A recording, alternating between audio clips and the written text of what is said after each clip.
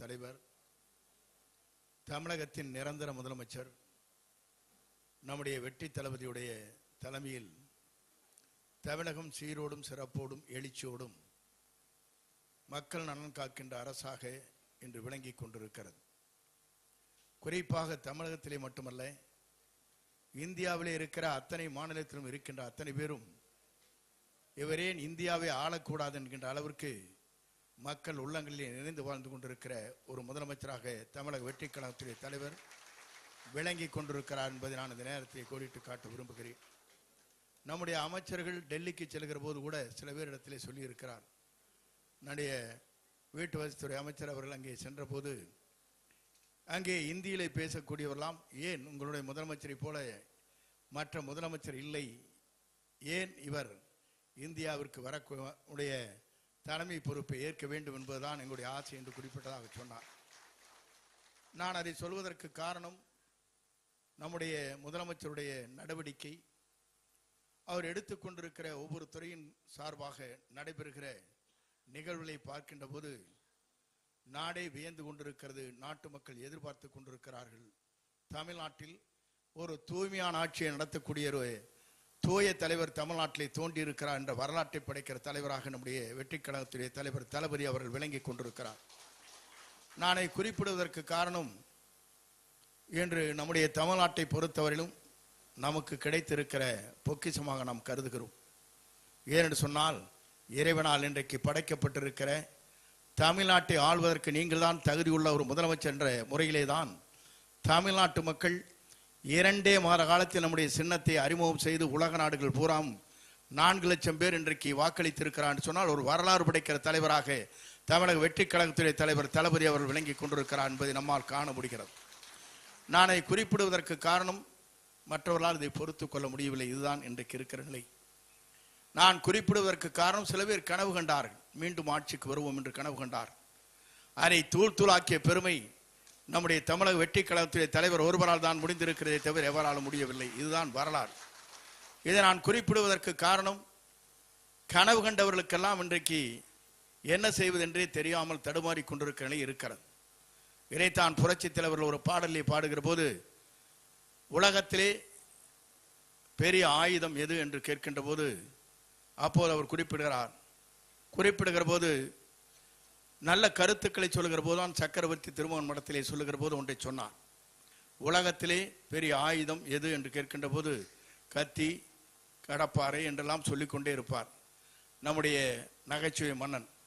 அப்போது சொல்வார், நம்முடைய புரட்சி தலைவர் சொல்லுகிற போது ஒரே ஒரு கருத்தை மட்டும் தெளிவாக சொல்வார், உள்ளத்திலே நயவஞ்சகம் இருக்கும் வரை என்று அவர்களால் இன்றைக்கு ஆட்சியில் இருக்கின்றவர்கள் என்ன செய்கிறார் என்பதை அழகாக எடுத்து சுட்டி காட்டியிருக்கிறார். நான் அதை சொல்வதற்கு காரணம், உலகத்திலே பயங்கரமான ஆயுதம் எது என்று கேட்கிற போது நதிகட்டு போன நயவஞ்சகரின் நாக்குத்தான் அது என்று சொல்வார்.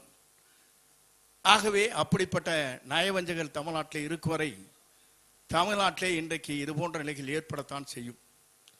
அவரை பொறுத்தவரையிலும் ஒரு தூய்மையான ஆட்சி நடத்த வேண்டும் என்று கருதுகிற போது பெண்களை கொச்சைப்படுத்தி பேசுகின்ற அளவிற்கு ஒரு எதிர்க்கட்சி தலைவர் இருக்கிறார் என்று சொன்னால் இதை எவராலும் பொறுத்து கொள்ள முடியாது என்பதுதான் மக்களுடைய உள்ளத்திலே இருக்கிற நிலைகள். எல்லா கட்சியும் அவருக்காக கண்டன ஆர்ப்பாட்டம் அங்கே இருக்கிற அறிக்கையை வெளியிட்டிருக்கிறார். ஒரு கட்சிகள் கூட இல்லை, அனைத்து கட்சியை சார்ந்தவர்கள், பொதுமக்கள், அதே நேரத்தில் நல்ல மனம் படைத்தவர் அத்தனை பேரும் இந்த கருத்துக்களை வலிமையாக எடுத்து சொல்லியிருக்கிறார். பெண்களை கொச்சைப்படுத்தி பேசுவது என்பது இன்றைக்கு தமிழ்நாட்டிலே நடக்காத ஒன்றை எதிர்க்கட்சி தலைவர்கள் பேசியிருக்கிறார். ஆகவே இதற்குள்ள நடவடிக்கை மேற்கொள்ள வேண்டும் என்ற உணர்வுகளைத்தான் அனைத்து கட்சியை சார்ந்தவர்களும் பிரதிபலித்திருக்கிறார், பெண்களும் பிரதிபலித்திருக்கிறார். ஆகவே இவரை கைது செய்து சரிதான் என்பதுதான் இன்று மக்களுடைய உள்ளங்களே இருக்கின்ற நிலை. ஆனால் திராவிட முன்னேற்ற கழகம் மட்டும் போராடுகிறார்கள், மக்கள் போராடவில்லை. அதே நேரத்தில் இன்றைக்கு தொலைக்காட்சியிலே பார்க்கின்ற போது போராடியவர் போராட்டம் மட்டுமல்ல, அங்கே இருசக்கர வாகனங்களில் வந்தவரை அறைந்தார்கள், கீழே தள்ளினார்கள். இதையெல்லாம் நாம் வேடிக்கை பார்த்து கொண்டிருக்குது இந்த நாடு என்பதை அவர்களுக்கு புரியவில்லை என்பதுதான் நம்முடைய நிலை என்பதை நான் இந்த நேரத்தில் தெரிவித்துக் கொள்கிறேன். என்னுடைய உணர்வுகள் அத்தனையும் எப்படி இருக்கிறது என்று சொன்னால், விரைந்து நம்முடைய இருவரும் சேர்ந்து ஒரு அமைச்சரவை அமைக்க வேண்டும் முதலமைச்சர் என்று கருதினார்கள். அதுவும் இன்றைக்கு இவருடைய நம்முடைய தமிழக வெற்றி கழகத்துடைய தலைவர் தளபதி அவர்கள் அதை தூள் தூளாக்கி ஆட்சி கட்டளை அமர்ந்து விட்டார் என்ற அச்சம்தான் அவர்களுக்கு இருக்கிறதே தவிர அதன் அடிப்படையிலே தான் அவர்கள் துடித்துக் கொண்டிருக்கிறார். திமுகவும் அண்ணா திமுகவும் என்பது வடதுருவம் தென் துருவம் என்று சொல்வார். புரட்சி தலைவர் இருக்கும் வரை, புரட்சி தலைவர் அம்மா இருக்கும் வரை அவர் சொன்னது ஒன்றே ஒன்றுதான், திமுக என்ற தீய சக்தியை அழிக்கும் வரை நான் ஓயப் போவதில்லை என்று குறிப்பிட்டார்கள்.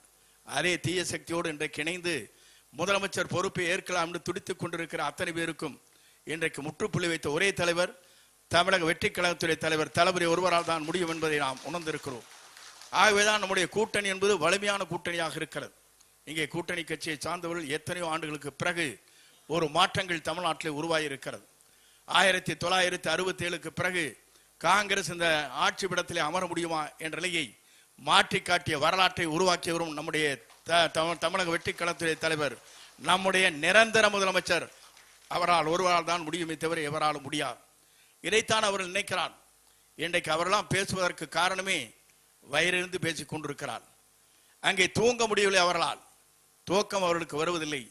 ஆகவே அவர்கள் இது போன்ற வார்த்தைகளை சொல்வது என்பது ஏற்றுக்கொள்ள முடியாத ஒன்று. பெண்களை இழிவுபடுத்துவது என்பது அவருடைய நிலையை நாம் பார்க்கின்ற போது இதை எல்லோரும் செய்து கொண்டிருந்தார் இருந்திருக்கிறார். இதற்கு முன்னாலே பொன்முடி செய்தார். மற்றவர் இங்கே பெண்களை பற்றி பேசுகிற போது, இங்கே சில வார்த்தைகளை சொல்கிற போது அளந்து பேசுவதற்கு அவர்களுக்கு தகுதி இல்லை என்பதை தான் இந்த நாடு இன்றைக்கு பார்த்து கொண்டிருக்கிறது. ஆகவே நம்மை பொறுத்தவரையிலும் இன்றைக்கு நாம் தெளிவான சிந்தனையோடு, தொலைநோக்கு சிந்தனையோடு இந்திய நாட்டின் வரலாற்றில் தமிழகம் ஒரு முன்னோடி மாநிலமாக, இந்தியாவிற்கே வழிகாட்டியாக மாநிலமாக உருவாக்க வேண்டும் என்பதுதான் நம்முடைய தமிழக வெற்றி கழகத்துறை தலைவர் முதல்வருடைய ஆசை என்பதை நான் இந்த நேரத்திலே தெரிவித்துக் கொள்கிறேன். இந்த ஆசை கனவிலே இவர் தூங்க முடியவில்லை. அதுதான் நாளை தேர்தல் வைத்தால் 234 நாம் தான் வருவோமே தவிர எவராலும் வர முடியாது. இதுதான் தமிழ்நாட்டின் வரலாறு. ஆகவேதான் அவரெல்லாம் துடித்துக் கொண்டிருக்கிறார்கள், எண்ணிக்கொண்டிருக்கிறார்கள். முடியவில்லை, அவரால் தூக்கம் வருவதில்லை. எல்லோரும் நினைத்தார்கள் தன்னுடைய அப்பனுக்கு பிறகு தான் வரலாம் என்று கனவு கண்டார். நான் சொல்லுகிறேன், பேரனுக்கு சொத்தை உரிமை கொண்டலாமே தவிர தமிழ்நாட்டை பொறுத்தவரையிலும் தமிழ்நாட்டு மக்கள் தான் முடிவு செய்வார்களே தவிர எவராலும் முடிவு செய்ய முடியாது என்பதை தமிழ்நாடு வரலாறு இன்றைக்கு படைத்திருக்கிறது என்பதை நான் இந்த நேரத்திலே தெரிவித்துக் கொள்கிறேன். ஆகிய ஆசை உங்களுக்கு இருக்கலாம் சொத்திற்கு. பேரனுக்கு அந்த சொத்தின் மீது, தாத்தாவின் சொத்தின் மீது ஆசை இருக்கலாம். ஆனால் மீண்டும் தாத்தாவை போல வரலாம் என்பது தமிழ்நாட்டில் இருக்கிற மக்கள் தான் முடிவு செய்ய வேண்டுமே தவிர என்றைக்கும் நீங்கள் தமிழ்நாட்டை கால் வைக்க முடியாது, வெற்றி பெற முடியாது என்ற வரலாற்றை தான் தமிழ்நாடு இன்றைக்கு நினைத்துக் கொண்டிருக்கிறது என்பதை நான் இந்த நேரத்திலே தெரிவித்துக் கொள்கிறேன். நம்முடைய தலைவர் இருக்கும் வரை, அவர் என்றைக்கு இருக்கிறாரோ அதுவரையிலும் தமிழ்நாடு அவருடைய முதலமைச்சர் அறையிலே அமர்வதை யாராலும் தடுக்க முடியாது. இதைத்தான் சொல்லுகிற போது சொன்னார்கள், புரட்சி தலைவர் பொறுப்பேற்கிற போது 100 நாட்கள் ஓடாது என்று சொன்னார்கள். 100 நாட்கள் மட்டுமல்ல, அவருடைய ஆட்சியை பொறுத்தவரையிலும் அவர் உயிருள்ளவரை தமிழ்நாட்டின் நிரந்தர முதலமைச்சர் என்ற வரலாற்றை படைத்தார். அதே போலதான் புரட்சி தலைவர் அம்மா அவரும் உயிரோடு இருக்கும் வரையும் அவர்தான் தமிழ்நாட்டின் முதலமைச்சராக பவனி வந்தார்கள். நம்முடைய தமிழக வெற்றி கழகத்துறை தலைவர் தளபதியை பொறுத்தவரையிலும் அவர் இருக்கும் வரை தமிழ்நாட்டின் நிரந்தர முதலமைச்சர் என்ற வரலாற்றை படைக்கிற தலைவராக இன்று பவனி வந்து கொண்டிருக்கிறார். இதை இவர்களால் பொறுத்துக் கொள்ள முடியவில்லை. அதற்காகத்தான் பல்வேறு விமர்சனங்கள் இன்றைக்கு செய்து கொண்டிருக்கிற இவர்களையெல்லாம் மக்கள் அடையாளம் காட்டிக் கொண்டிருக்கிறார். அது மட்டுமல்ல, பெண்களை இழிவுபடுத்துவது என்பது ஏற்றுக்கொள்ள முடியாத ஒன்று. ஆகவே பெண்களாக இருக்கின்ற அத்தனை பேரும் இன்றைக்கு தமிழ்நாட்டை பொறுத்தவரையிலும் 100% வாக்களித்து விட்டார் என்ற வைத்தறிச்சல் அவர்களுக்கு இருக்கிறது. அதுதான் இங்கே இருக்கிற நிலைகள். இளைஞர்களும் பெண்களும் இன்றைக்கு நம்முடைய தமிழ்நாட்டுடைய முதலமைச்சரை பொறுத்தவரையிலும் இவர்தான் தமிழ்நாட்டிற்கு தகுதியான முதலமைச்சர் என்ற முறையிலே தேர்வு செய்யப்பட்டிருக்கிறார் என்பதை நாடே அறிந்து கொண்டிருக்கிறது. மேலே நாடுகளில் வருகிறது அத்தனை பேரும் வாக்களித்திருக்கிறார் சொன்னால் ஒரு தலைவருக்கு இப்படிப்பட்ட வாக்களிக்கிற வரலாறே தமிழ்நாட்டிலும் கண்டது கிடையாது. அதைத்தான் இங்கே பார்க்கின்ற போது நாம் அத்தனை பேரும் எண்ணி பார்க்கிறோம். இந்திய நாட்டின் வரலாற்றில், தமிழகத்தின் வரலாற்றில் ஒரு மிராக்கல் என்று சொல்வார்களே, அதை போல தமிழ்நாடு உருவாகி இருக்கிறது என்பதை இவர்களால் பொறுத்துக் கொள்ள முடியவில்லை. இவர்களுக்கெல்லாம் ஒரு முற்றுப்புள்ளி வைக்கிற காலம் மிக விரைவிலே இருக்கிறது என்பதை தமிழ்நாட்டு மக்கள் உணர்த்து காட்டுவார் என்பதை மட்டும் நான் நேரத்தை தெரிவித்து, கைது செய்து சரியானதான். கைது செய்யப்பட்டிருப்பது பெண்களை இழிவுபடுத்துவதற்காகத்தான். ஆகிய மக்கள் அத்தனை பேரும் கூர்ந்து கவனித்துக் கொண்டிருக்கிறார்கள். இது போன்ற தவறுகளை எவரும் செய்துவிடக் கூடாது என்பதுதான் மக்கள் உள்ளங்களிலே நிறைந்திருக்கிறது என்பதை நான் இந்த நேரத்திலே கோடிட்டு காட்டி, இங்கே வருகின்றிருக்கிற சட்டமன்ற அமைச்சர் பெருமக்கள், சட்டமன்ற உறுப்பினர்கள், இங்கே வருகின்றிருக்கிற அத்தனை பேரும் ஆற்றல் மிக்க சக்திகளாக நீங்கள் விளங்கிக் கொண்டிருக்கிறீர்கள். சட்டமன்றத்தை பற்றி இங்கே குறிப்பிடுகிற போது நீங்கள் உங்களுக்கு கவலைப்பட தேவையில்லை. எல்லோரும் அறிவாற்றல் மிக்கவர்கள், புரிந்து கொள்வீர்கள். விரைந்து அந்த பணிகளை மேற்கொள்ளக்கூடிய சக்தி வாய்ந்த இளைஞர்களாக இருக்கிறீர்கள். ஆகவே வெற்றி என்பதை நாம் சட்டமன்றத்தில் மட்டுமல்ல நிரூபித்து காட்டுவோம் என்பதை நான் இந்த நேரத்திலே தெரிவித்து, எந்த கேள்விகளாக இருந்தாலும் தங்கு தடையில்லாமல் பதில் சொல்லக்கூடிய அமைச்சர் பெருமக்கள் இங்கே இருக்கிறீர்கள் என்பதை என்னால் காண முடிகிறது. ஆகவே இளைஞராக இருக்கிற நீங்கள் அந்த பணிகளை சீரோடும் சிறப்போடும் எழுச்சியோடும் நடத்தி காட்டுவோம் என்பதை மட்டும் சொல்லி, இது போன்ற நிலைகளை மக்கள் மனதிலே எடுத்துச் செல்கின்ற வகையில் இன்றைக்கு காலையில் ஆர்ப்பாட்டம் நடைபெற்றிருக்கிறது. ஆர்ப்பாட்டத்தை பார்க்கிற போது நள்ளிரவு வழிதான் அங்கே எல்லோருக்கும் தகவல் தெரிவித்த உடனேயே 6 மணி நேரத்தில் ஒவ்வொரு இடம் 2000 பேர் 3000 பேர் கூடியிருக்கிறார் என்று சொன்னால் மக்கள் எவ்வளவு விழிப்புணர்ச்சியோடு இதை எதிர்க்கிறார்கள் இவருடைய பேச்சு என்பதை நாடே அறிந்து கொண்டிருக்கிறது என்பதை அந்த நேரத்திலே கோடிட்டு காட்டி வருகின்றிருக்கிற உங்கள் அத்தனை பேருக்கும் மீண்டும் ஒருவரை கோடான கோடி நன்றி மலர்களை தெரிவித்து விடைபெறுகிறேன். நன்றி, வணக்கம்.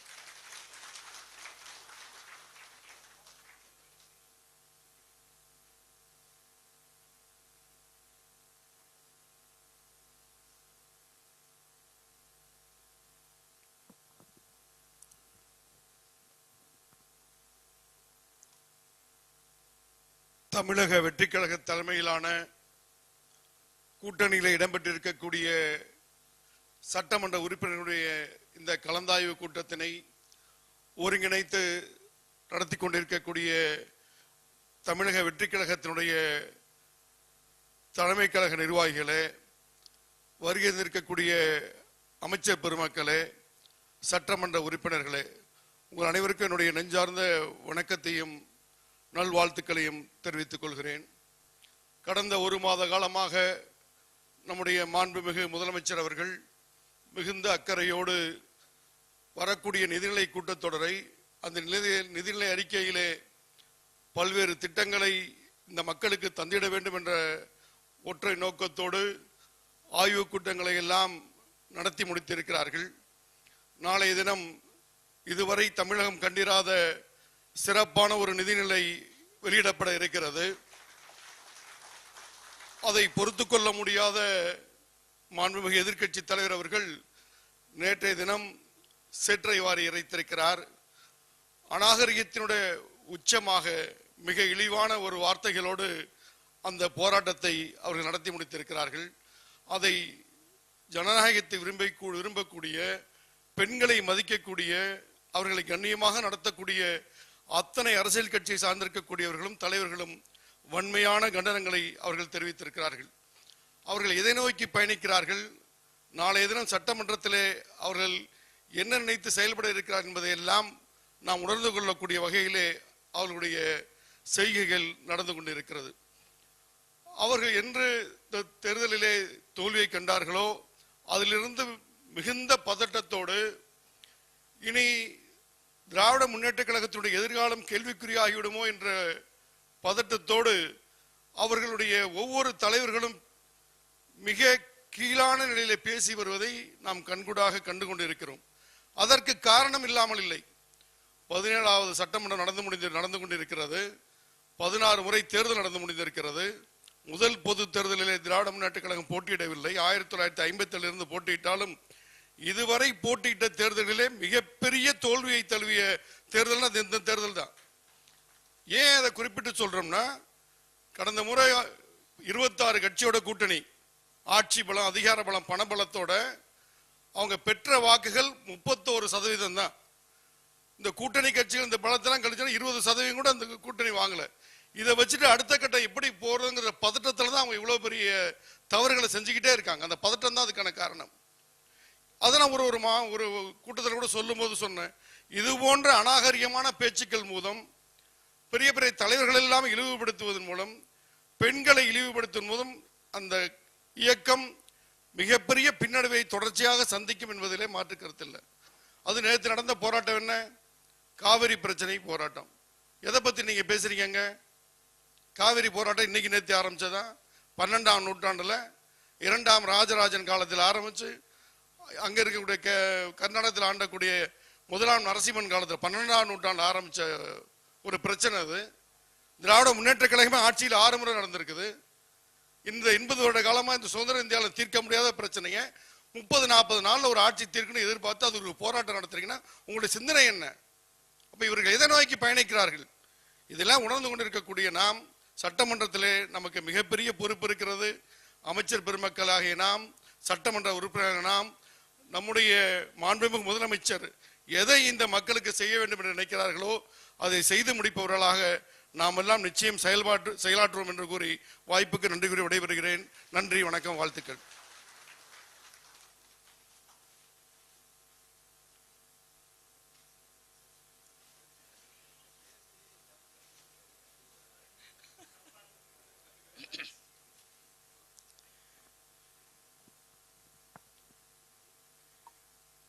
வணக்கத்திற்குரிய மாண்புமிகு அமைச்சர் பெருமக்கள்,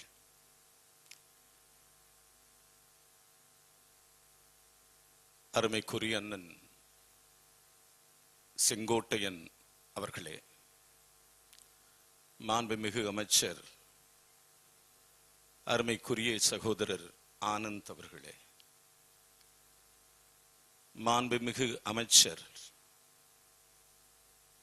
அருமை நண்பர் ஆதவ் அர்ஜுனா அவர்களே,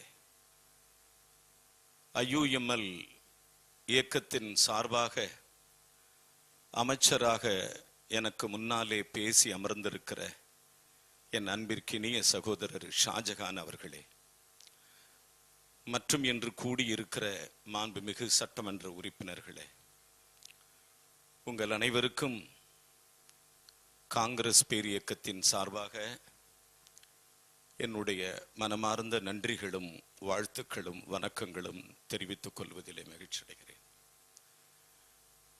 இன்று மாலை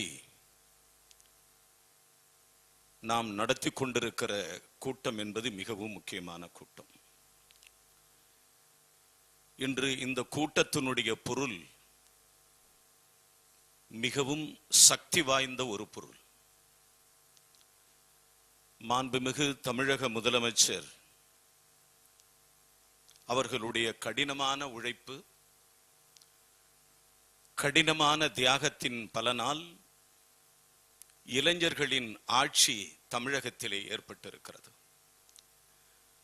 இந்திய வரலாற்றில், உலக ஜனநாயகத்தில் இப்படி ஒரு அரசியல் கட்சி தமிழகத்தில் உருவாகி இருக்கிறது என்பது உலகத்திலே இருக்கிற அனைத்து பத்திரிகைகள், உலகத்திலே இருக்கிற அனைத்து ஊடகங்கள் அனைத்திலும் முதன்மை பிடித்த ஒரே தலைவர் தான் தளபதி விஜய் அவர்கள்.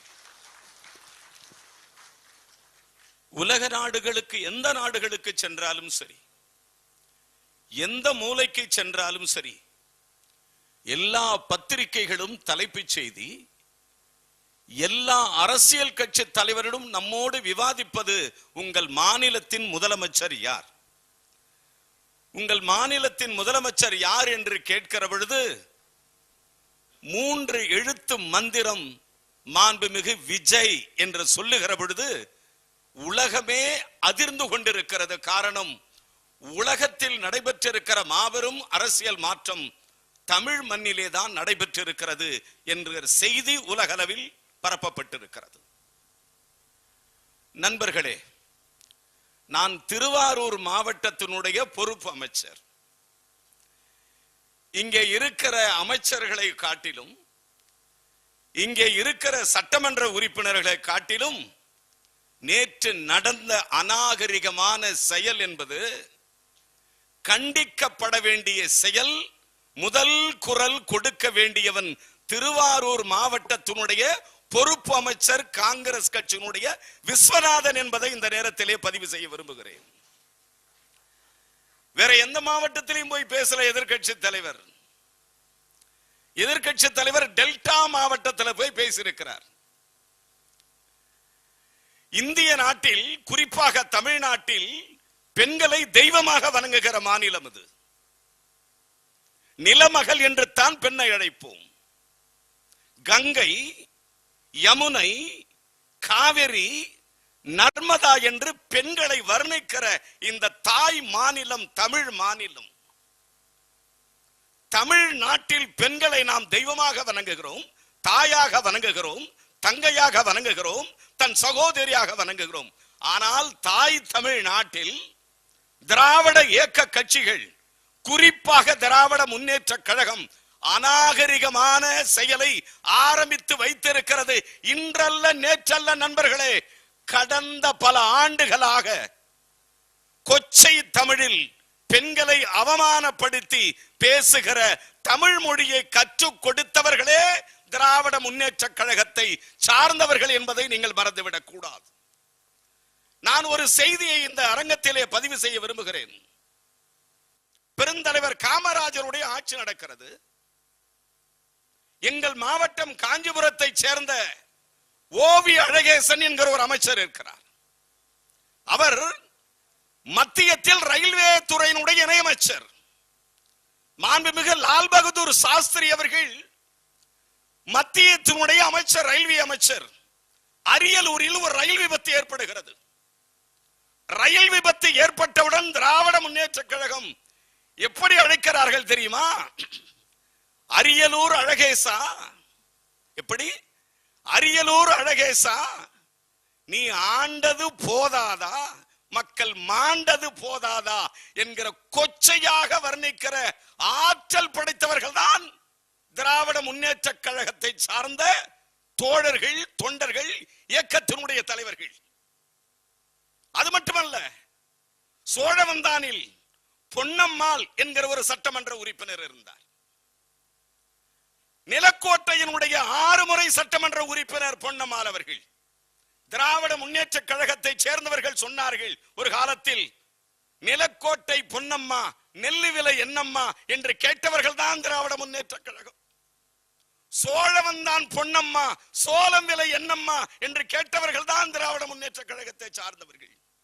பேசுகிற பொழுது அருமைக்குரிய அருமை அண்ணன் வருவாய்த்துறை அமைச்சர் பேசினாரே, நாக்கில் நரம்பு இல்லாத பேசுகிற திராவிட முன்னேற்ற கழகம். நண்பர்களே, ஒரு வார்த்தை வெல்லும், ஒரு வார்த்தை கொல்லும். ஒரு வார்த்தை வெல்லும், ஒரு வார்த்தை கொல்லும். நண்பர்களே, பக்தவச்சல முதலமைச்சராக இருந்தார். பக்தவச்சலத்தை பார்த்து கேட்டார்கள். என்ன கேட்டார்கள் தெரியுமா? பக்தவச்சலம் அண்ணாச்சி, பருப்பு விலை என்னாச்சு என்று கேட்டவர்கள் தான் திராவிட முன்னேற்ற கழகத்தை சார்ந்தவர்கள். திராவிட முன்னேற்ற கழகத்திற்கு சிலேடையாக பேசுவதில் அவர்கள் ஆற்றல் மிகுந்தவர்கள். அசிங்கமான வார்த்தைகளை பிரயோகம் பண்ணுவதில், கோயபல்ஸ் பிரச்சாரம் பண்ணுவதில் அவர்களை மிஞ்சியவர்கள் தமிழ்நாட்டில் எவருமே இருக்க முடியாது. நான் கேட்கிறேன், மேகதாது அணை பிரச்சனை, காங்கிரஸ் கட்சியினுடைய நிலைப்பாடு மிக தெளிவான நிலைப்பாடு. பத்திரிகையாளர்கள் என்னை தான் கேட்டார்கள். நான் தான் பத்திரிகையாளர்களுக்கு சொன்னேன், டி.கே. சிவக்குமார் கர்நாடகத்தினுடைய முதலமைச்சராக இருக்கிற அருமைக்குரிய நண்பர் டி.கே. சிவக்குமார் இருக்கிறார்.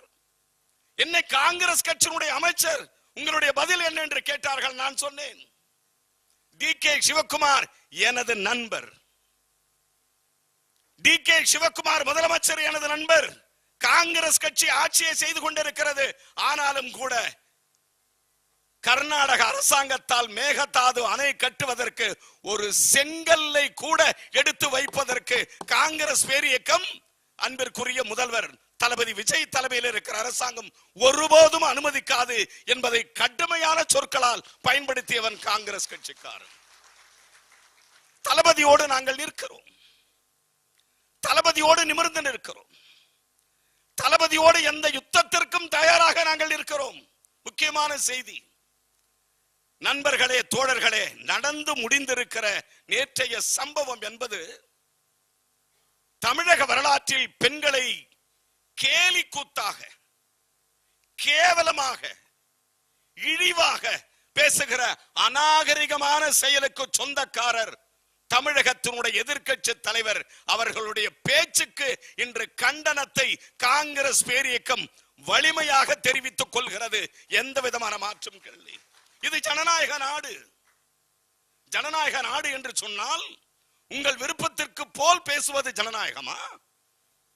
உங்கள் விருப்பம் போல் பேசுவதுதான் ஜனநாயகமா? ஜனநாயகத்திற்கு ஒரு எல்லை உண்டு. அந்த ஜனநாயகத்தினுடைய எல்லை என்பது சட்டமன்ற மரபுகளை மீறாமல் இருப்பது, நாடாளுமன்ற மரபுகளை மீறாமல் இருப்பது, கொச்சை மொழியை பயன்படுத்தாமல் இருக்கிறது, கேளிக்கை நிமிடங்களை ஜாக்கிரதையாக அளந்து அளந்து பேசுவதுதான் இந்த நாட்டினுடைய முதுமொழி, இந்த நாட்டினுடைய பழக்க வழக்கம். ஆனால் எதிர்க்கட்சி தலைவரினுடைய நேற்றைய பேச்சு, நேற்றைய வழிமுறை, நேற்றைய போக்கு என்பது தமிழக பெண்களால், தமிழக மக்களால் கண்டனத்துக்குரிய மாபெரும் பாதக செயல் என்பதை உணர்ந்து கொள்ள வேண்டும். திராவிட முன்னேற்ற கழகம் போராடுகிறார்கள். என்ன சொல்லி போராடுகிறார்கள்? எதை சொல்லி போராடுகிறார்கள் நண்பர்களே? அவர்கள் பொய் சொல்லி போராடுகிறார்கள். இதுதான் உண்மையான செய்தி. ஆனால் தளபதி விஜய் சார் அவர்களின் பின்னால் இருக்கிற நாம் நிஜத்தை சொல்லி தலை நிமிர்ந்து நின்று கொண்டிருக்கிறோம். அதுதான் அவர்களுக்கும் நமக்கும் இருக்கிற வித்தியாசம். கோயபல்ஸ் பிரச்சாரத்தை தினமும் செய்வார்கள், சட்டமன்றத்திலும் செய்வார்கள், நாடாளுமன்றத்தில் இன்று செய்ய துணிந்திருக்கிறார்கள். என்னுடைய அருமை தலைவர் ராகுல் காந்தி அவர்கள் மிக அழகாக சொன்னார்.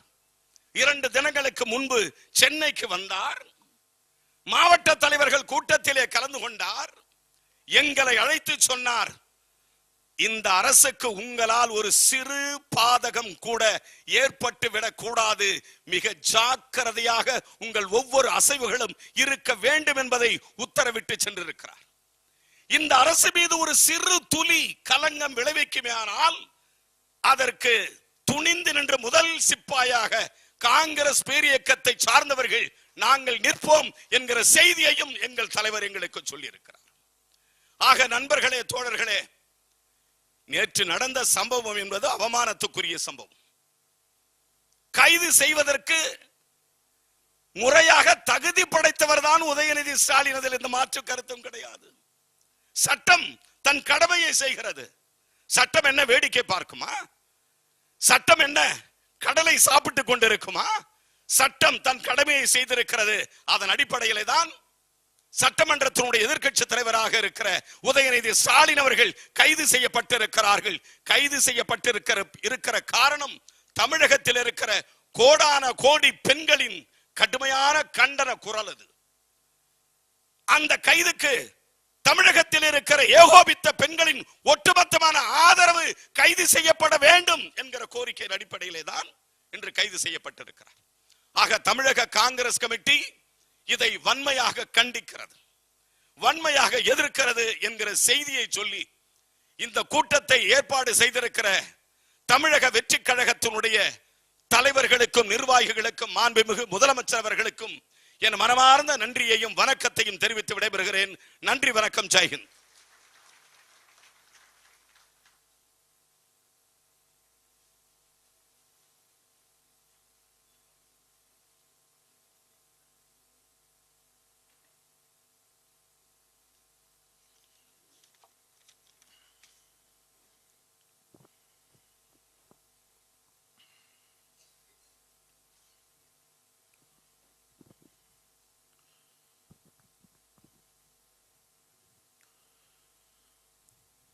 தெய்வத்தால் ஆகாதெனினும் முயற்சிதன் மெய்வருத்த கூலி தரும்.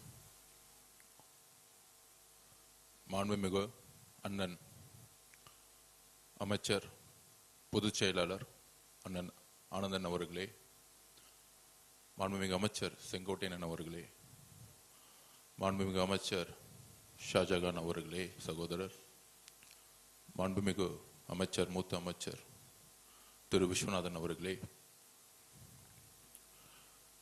அமைச்சர்களே, சட்டமன்ற உறுப்பினர்களே, நண்பர்களே, எல்லோருக்கும் வணக்கம்.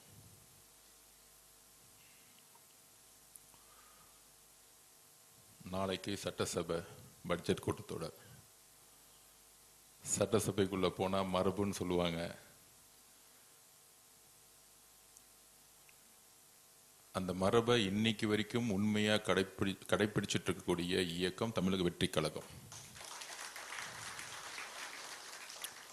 நமக்கு அனுபவம் இல்லைன்னு சொன்னாங்க, சட்டசபை எதிர்கொள்ள முடியுமான்னு சொன்னாங்க.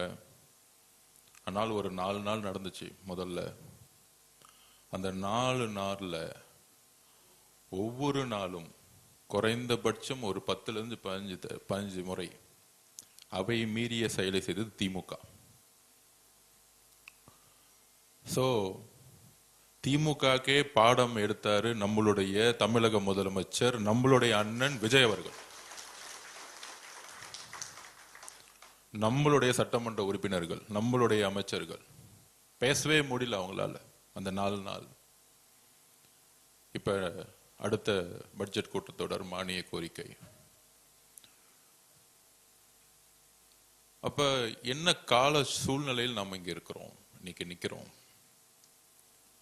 மே 10, 2026க்கு முன்னு 2026க்கு பின்பு 60 வருஷ அரசியலை தமிழக வெற்றி கழகத்துடைய தலைவரும் சரி, நாமும் சரி, ஒரு மிகப்பெரிய வரலாற்றை மாற்றி அமைச்சோம். அது எல்லாருக்கும் தெரியும். அன்றையிலிருந்து இன்னை வரைக்கும் ஒரு 80 நாள் ஆயிருக்கும். இந்த 80 நாள்ல திமுகவோட அரசியல் முதல்ல என்னன்னா, முதல் கொள்கை அவங்க கொள்கை எப்படி தமிழக வெற்றி கழகத்தோடைய ஆட்சியை கவுக்கிறது. இந்த 80 நாள்ல ஒரே கொள்கை திரு மு.க. ஸ்டாலின் அவர்களுக்கும் திரு உதயநிதி அவர்களுக்கும் இருக்கக்கூடிய ஒரே சிந்தனை. இது நம்ம சொல்லல, திரு மு.க. ஸ்டாலின் அவர்களே சொல்றாரு மீட்டிங்ல, 6 மாசத்துல உங்களுடைய ஆட்சி இருக்காது. 57 எம்எல்ஏ ஜெயிச்சவரு எப்படி 6 மாசத்துல ஆட்சி இருக்காதுன்னு சொல்ல முடியும்? திரு மு.க. ஸ்டாலின் அவர்களுக்கு என்ன எங்க இருந்து எம்எல்ஏ கிடைக்கும்? நம்மளை பார்த்து குதிரை பெயருங்கிறாங்க. 57 எம்எல்ஏ இருக்கக்கூடிய மு.க. ஸ்டாலின் எப்படி ஆட்சியை உருவாக்குவார்? எப்படி தமிழக வெற்றி கழகத்தை பார்த்து ஆட்சி இருக்காதுன்னு சொல்ல முடியும்? அதுக்குதான் இந்த குதிரை பேர வழக்கு. திரு செந்தில் பாலாஜிய கரெக்டா போலீஸ் டார்கெட் பண்ணி நம்ம கிட்ட இருக்க எம்எல்ஏ கிட்ட எல்லாம் போன் பண்ணி 50 கோடி கொடுக்கிறேன், 100 கோடி கொடுக்கிறேன், உங்களுக்கே எதிர்காலம் இல்ல, கொளத்தூர்ல டோட்டலா தோத்துட்டு வீட்டுல உட்கார்ந்துட்டு இருக்கீங்க. 60 வருஷம் 75 வருஷ கட்சி, 30 வருஷம் ஆளுங்கட்சி, முதலமைச்சரா உங்களுடைய தந்தை திரு மு.க. ஸ்டாலின் அவர்கள், திராவிட முன்னேற்ற கழகத்தோட தலைவர், கொளத்தூர்ல மக்கள் தூக்கி எறிஞ்சிட்டாங்கன்னா இது வரைக்கும் ஏன் தூக்கி எறிஞ்சிட்டாங்கிற ஒரு மெசேஜை கூட அவங்க இன்னும் புரிஞ்சிக்கல. ஒரே ஒரு முறைதான் கொளத்தூருக்கு தலைவர் போனார். அதுல 5 நிமிஷம் கூட பேசல. சேப்பாக்கம் மிஸ் ஆயிருச்சு அன்னைக்கு, அவ்வளவுதான்.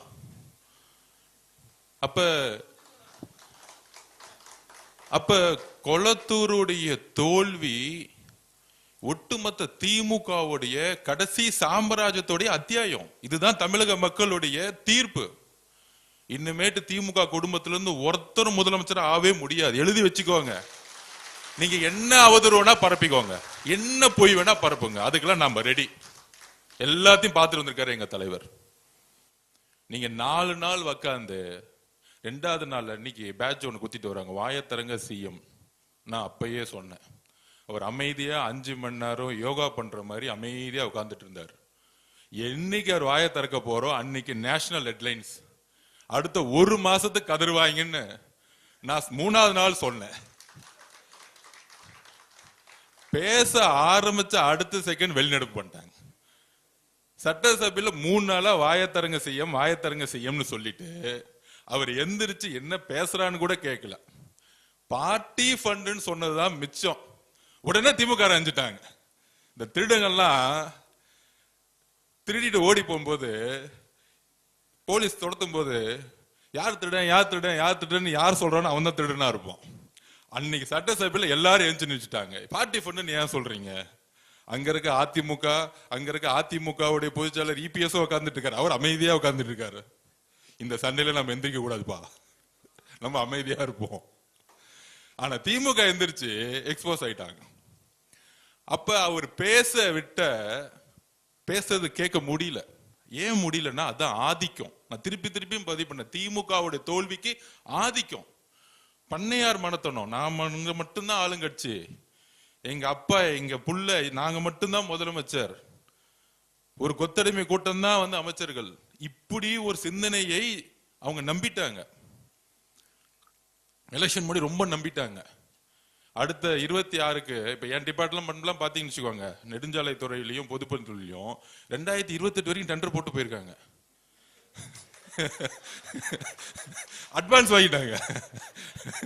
கரெக்டா மார்ச் மாசம் ஏப்ரல் மாசம் டெண்டரை போட்டு 2028 வரைக்கும் டெண்டரை போட்டுட்டு அட்வான்ஸ் உனக்கு எல்லாம் வச்சுக்கோ, நான் தான் ஆட்சிக்கு வர போறேன். அப்ப அவங்களுக்கு வந்து என்னன்னா முடிவு பண்ணிட்டாங்க, ஓகே நம்ம தான் அடுத்தது, என் பிள்ளைய தூக்கி அடுத்த முதலமைச்சராக போறேன். ஒரு கடுமையான சிந்தனை வந்துருச்சு அவங்களுக்கு. ஆனா ரிசல்ட் அன்னைக்கு நெஞ்ச மட்டும்தான் பிடிச்சிக்கல, அப்படியே ஷாக் ஆயிருச்சு. உடனே அதிமுக பேச பார்த்தாங்க. அந்த கதையெல்லாம் நமக்கு எல்லாருக்கும் தெரியும். அதுல கூட்டணி கட்சிகளே சொல்லிட்டாங்க, நாங்க அதிமுகவோட, நீங்க அதிமுகவும் திமுகவும் சேர்ந்து பிஜேபியோட சேர்ந்து ஆட்சி அமைக்க போகுதுன்னு கம்யூனிஸ்ட் தோழர்கள், ஐஎம்எல் தோழர்கள், காங்கிரஸ் தோழர்கள் எல்லாரும் சொல்லிட்டாங்க. இந்த அரசியல் ஃபர்ஸ்ட் 30 நாள் போச்சு. அடுத்த 30 நாள் நம்ம எம்எல்ஏ கிட்ட 50 கோடி கொடுக்கலாமா, 20 கோடி கொடுக்கலாமா? வேட்பாளராக இருக்கும் போதே 1 ரூபாய் கொடுத்து என் வேட்பாளரை வாங்க முடியல. எம்எல்ஏ ஆன எங்களுடைய சட்டமன்ற உறுப்பினர்கிட்ட எதிர்காலமே இல்லாத திமுக தலைவரே சட்டமன்ற உறுப்பினர் ஆக முடியாத திமுக நம்ம சட்டமன்ற உறுப்பினர் பேசுறாங்களா 50 கோடி தரேன், 20 கோடி தரேன். அவங்க பக்காவா ரெக்கார்ட் பண்ணி போலீஸ்ல கொடுத்துட்டாங்க. அதனால செந்தில் பாலாஜி காலையிலயும் மாலையிலும் சைன் போட்டுட்டு இருக்காரு. அப்ப நம்ம சட்டமன்ற உறுப்பினர்களுக்கு தெரியாதா? அடுத்த 10 வருஷம் இல்ல, திமுக தலைவர் மு.க. ஸ்டாலின் அவர்களே, எம்ஜிஆர் உயிரோட இருக்க வரைக்கும் அவர் சேர்ல இருந்து உங்க அப்பானாலே தூக்க முடியல, எழுதி வச்சுக்கோங்க. அவர் இருக்கிற வரைக்கும் உங்களால ஒண்ணுமே செய்ய முடியாது. உங்களோட சாம்ராஜ்யம் முடிஞ்சிருச்சு. அதுக்கு ஒரு 6 மாசம் அவங்க ஒத்துக்கிறதுக்கு. அது வரைக்கும் இந்த கடல்ல மீன் இருக்கு பாத்தீங்களா, எடுத்து தரையில போட்டீங்கன்னு வச்சுக்கோங்க, அப்படியே துள்ளும் பாத்தீங்களா. இந்த 6 மாசம் அப்படியே துள்ளிட்டு இருப்பாங்க. அதை நம்ம கொஞ்சம் கண்டுக்கூடாது. ஒரு 6 மாசத்துல அப்படியே அமைதியா வீட்டை விட்டு வரமாட்டாங்க. அப்ப திமுக தலைவர் சட்டமன்ற உறுப்பினரா வர முடியல, சட்டசபைக்குள்ள வர முடியல. அடுத்தது யாரு எதிர்கட்சி தலைவராக்கலாம்? நான் உங்களுக்குள்ள ஒரு கூட்டம். எவ்வளவு சிறந்த அறிவாளிகள் இருக்காங்க திமுகல, இன்னைக்கு இருக்கிறாங்க. ஆனா திருப்பியும் மு.க. ஸ்டாலின் அவர்கள் ஒரு எதிர்கட்சி தலைவர்னா என்ன, ஈக்குவல் டு கேபினட் ரேங்கிங், அமைச்சருக்கு ஈக்குவல். அது தான் புள்ளதான் எதிர்கட்சி தலைவர் ஆகணும். திருப்பியும் ஒரு பட்டாபிஷேகம். துணை முதலமைச்சர் ஆக்குறது ஒரு பட்டாபிஷேகம், எதிர்கட்சி தலைவரா ஆக்குறது ஒரு பட்டாபிஷேகம். எப்ப லாஸ்ட் 5 வருஷம் சட்டசபைக்கு வராத ஒருத்தரை தூக்கி பட்டாபிஷேகம் பண்ணி எதிர்கட்சி தலைவர். அவரு வந்துட்டு ஃபர்ஸ்ட் 4 நாள் நம்ம பார்த்துட்டு தான் இருந்தோம் என்ன பண்றாரு அப்படின்னு. எந்திரிச்சு திடீர்னு ஒரு பேப்பர் எடுப்பாரு, சோபா மாடல் அதுன்னு பேசி திருப்பி உட்காந்துருவார். கடைசி நாள்ல முதலமைச்சர் பேச ஆரம்பிச்சாரு. எந்திரிச்சிட்டு இப்படிலாம் பேசக்கூடாது, பார்ட்டி ஃபண்ட் எல்லாம் பேசக்கூடாது. அப்ப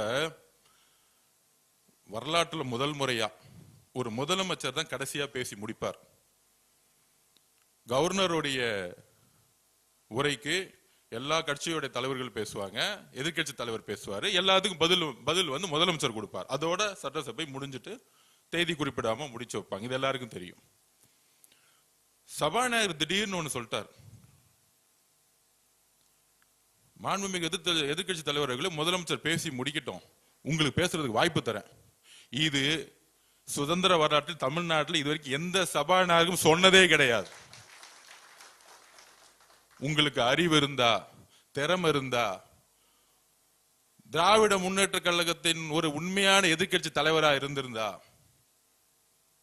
அந்த வாய்ப்பை பயன்படுத்தி இருக்கலாமா, முடியாதா? இதுவரைக்கும் முதலமைச்சருடைய உரை, ஒட்டுமொத்த உரையை எடுத்து பார்த்துக்குவாங்க, தனிப்பட்ட விமர்சனங்கள் கிடையவே கிடையாது. ஒரே ஒரு முறை மதுரையில அங்கிள்னு சொன்னார். அது வந்து அவருடைய ஒரு உறவு முறையில சொன்னார். அவர் தவறுன்னு சொன்னோடனே, வருந்துறாங்கன்னு சொன்னோன்னே அடுத்த மீட்டிங்ல சொன்னாரு, நான் தவறான வார்த்தைகளை சொல்லல, ஒரு உறவு முறையில சொன்னேன், இனிமேட்டு அந்த வார்த்தையை சொல்ல மாட்டேன்னு சொன்னது எங்க தலைவர். இதுதான் உண்மை. அரசியல் ரீதியான தாக்குதல் இருக்கும் எங்களோட தலைவர்கிட்ட இருந்து. ஏன் ஒட்டுமொத்த அடுத்த கட்டத்தில் இருக்கக்கூடிய நிர்வாகிகள் அவர்கிட்ட இது வரைக்கும் தவறா ஒருமையில ஒரு பெண்ணை நோக்கிய விமர்சனம் தமிழக வெற்றி கழகத்துடைய நிர்வாகிகள் வந்ததே கிடையாது. இதுதான் எங்களுடைய வளர்ப்பு, எங்கள் தலைவர்கிட்ட இருந்து நான் கத்துக்கிட்டது. அப்ப எதிர்கட்சி தலைவரா இருக்கக்கூடிய பணி என்ன? அண்ணா உருவாக்கிய இயக்கம், சமூக நீதியும் மாநில சுயாட்சியும் பேசி பேசி வளர்ந்த இயக்கம். அதுக்கப்புறம் கலைஞர் 1000 குற்றச்சாட்டுகள் இருக்கான். சமூக நீதி பேசி கட்சியை வளர்த்தார். அவரும் பெண்களை கொச்சையா பேசக்கூடிய வழக்கத்தை திருமதி இந்திரா காந்தி மேடம் கிட்ட இருந்து கொண்டு வந்தார். அது என்ன பேசினார் அதுக்குள்ள போக விரும்பல. இறந்தவரை பத்தி பேச வேணாம், வரலாறு. அப்ப ஜெயலலிதா அம்மா பொதுச் செயலர் ஆன முதலமைச்சர் ஆன அன்னைக்கு உருவான பண்பாடு திமுக, ஒரு பெண்ணுடைய தலைமையை விமர்சிக்க மாட்டாங்க. ஒரு பெண் முதலமைச்சரா இருக்கும் பொழுது அந்த முதலமைச்சர் செய்யக்கூடிய நிர்வாகத்தை விமர்சிக்க மாட்டாங்க. தேர்தல் அரசியலை எதிர்கொள்ளக்கூடிய பிரச்சாரத்தை உருவாக்க மாட்டாங்க. தனிப்பட்ட தாக்குதல்கள், ஒரு பெண்ணுடைய உடல் உறவு. பெரியார் அப்பயே சொன்னார், பெண்ணை கடவுளா பாக்குறதோட பெண்ணை சக மனுஷியா பாருங்க, நம்மள ஒரு ஆளா பாருங்க. புனிதமா பேசுறது முக்கியம் இல்ல, சமத்துவமா பேசுறதான் முக்கியம். இந்த சிந்தனை உங்களுக்கு இல்லை திரு உதயநிதி அவர்களே. பெரியார் கருத்துக்களை உள்வாங்கி அண்ணா உருவாக்கிய இயக்கம் பெரியாருடைய பெண் ஏன் அடிமையானால் புக்கை எடுத்து உதயநிதிக்கு புக்கை கொடுக்கணும். அந்த சிந்தனை இருக்குல்ல, அந்த ஒரு பிறப்பால் ஒரு சிந்தனை இருக்குல்ல திரு உதயநிதி அவர்களுக்கு. எங்க தாத்தா கலைஞர் முன்னாள் முதலமைச்சர், எங்க அப்பா முன்னாள் முதலமைச்சர் ஸ்டாலின், எங்க அப்பா முன்னாள் முதலமைச்சரா இருந்ததுனால இன்னைக்கு என்ன பட்டாபிஷேகம் பண்ணி எதிர்கட்சி தலைவரா உட்கார்ந்து வச்சிருக்க அந்த திமிர் இருக்குல்ல, அந்த திமிர் தான் பிறப்பால் உருவாக்கப்பட்டது.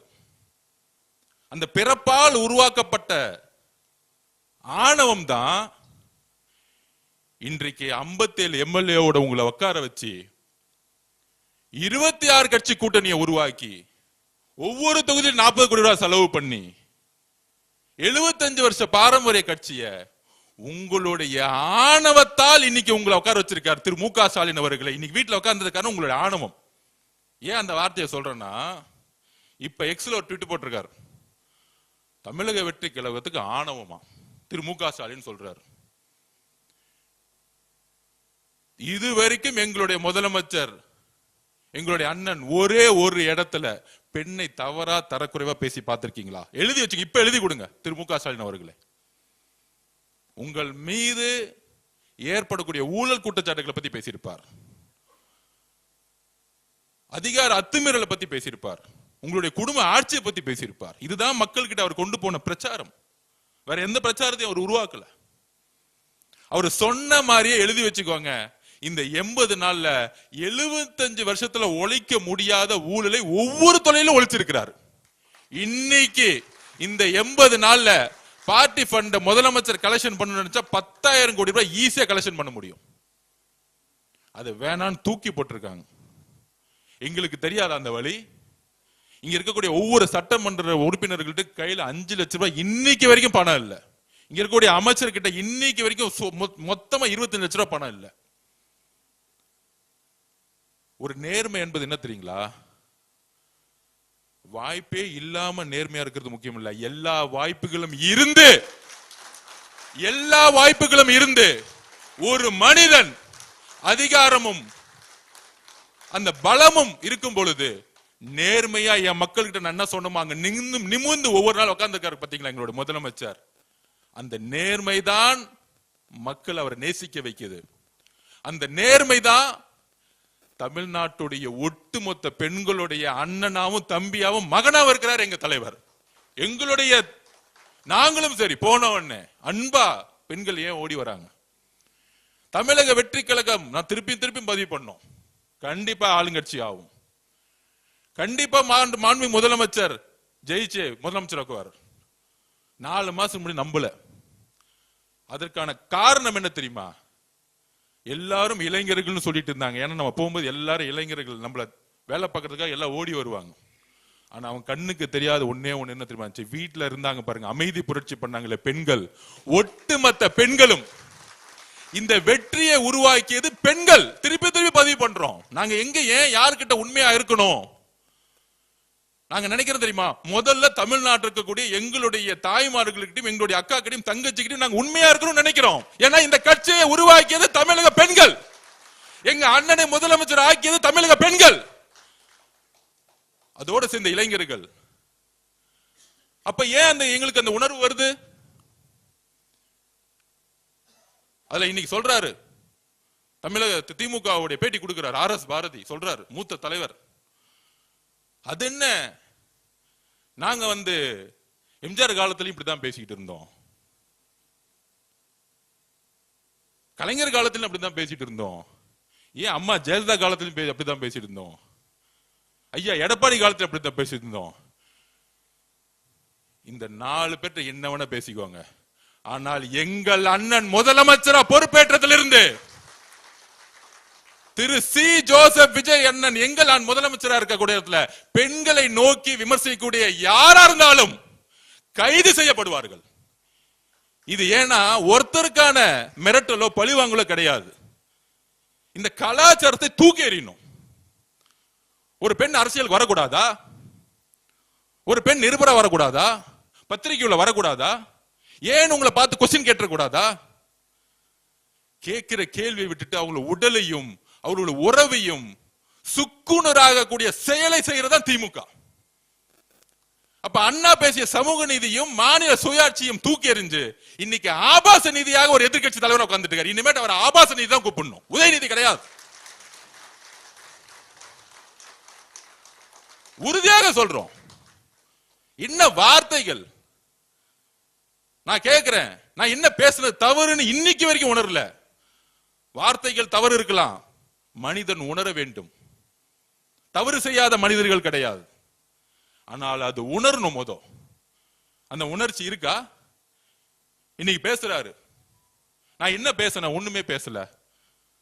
உங்களுடைய அம்மா முன்பும் உங்களுடைய மகள் முன்பும் இந்த வார்த்தையை பேச முடியுமா திரு உதயநிதி அவர்களே? பேச முடியுமா?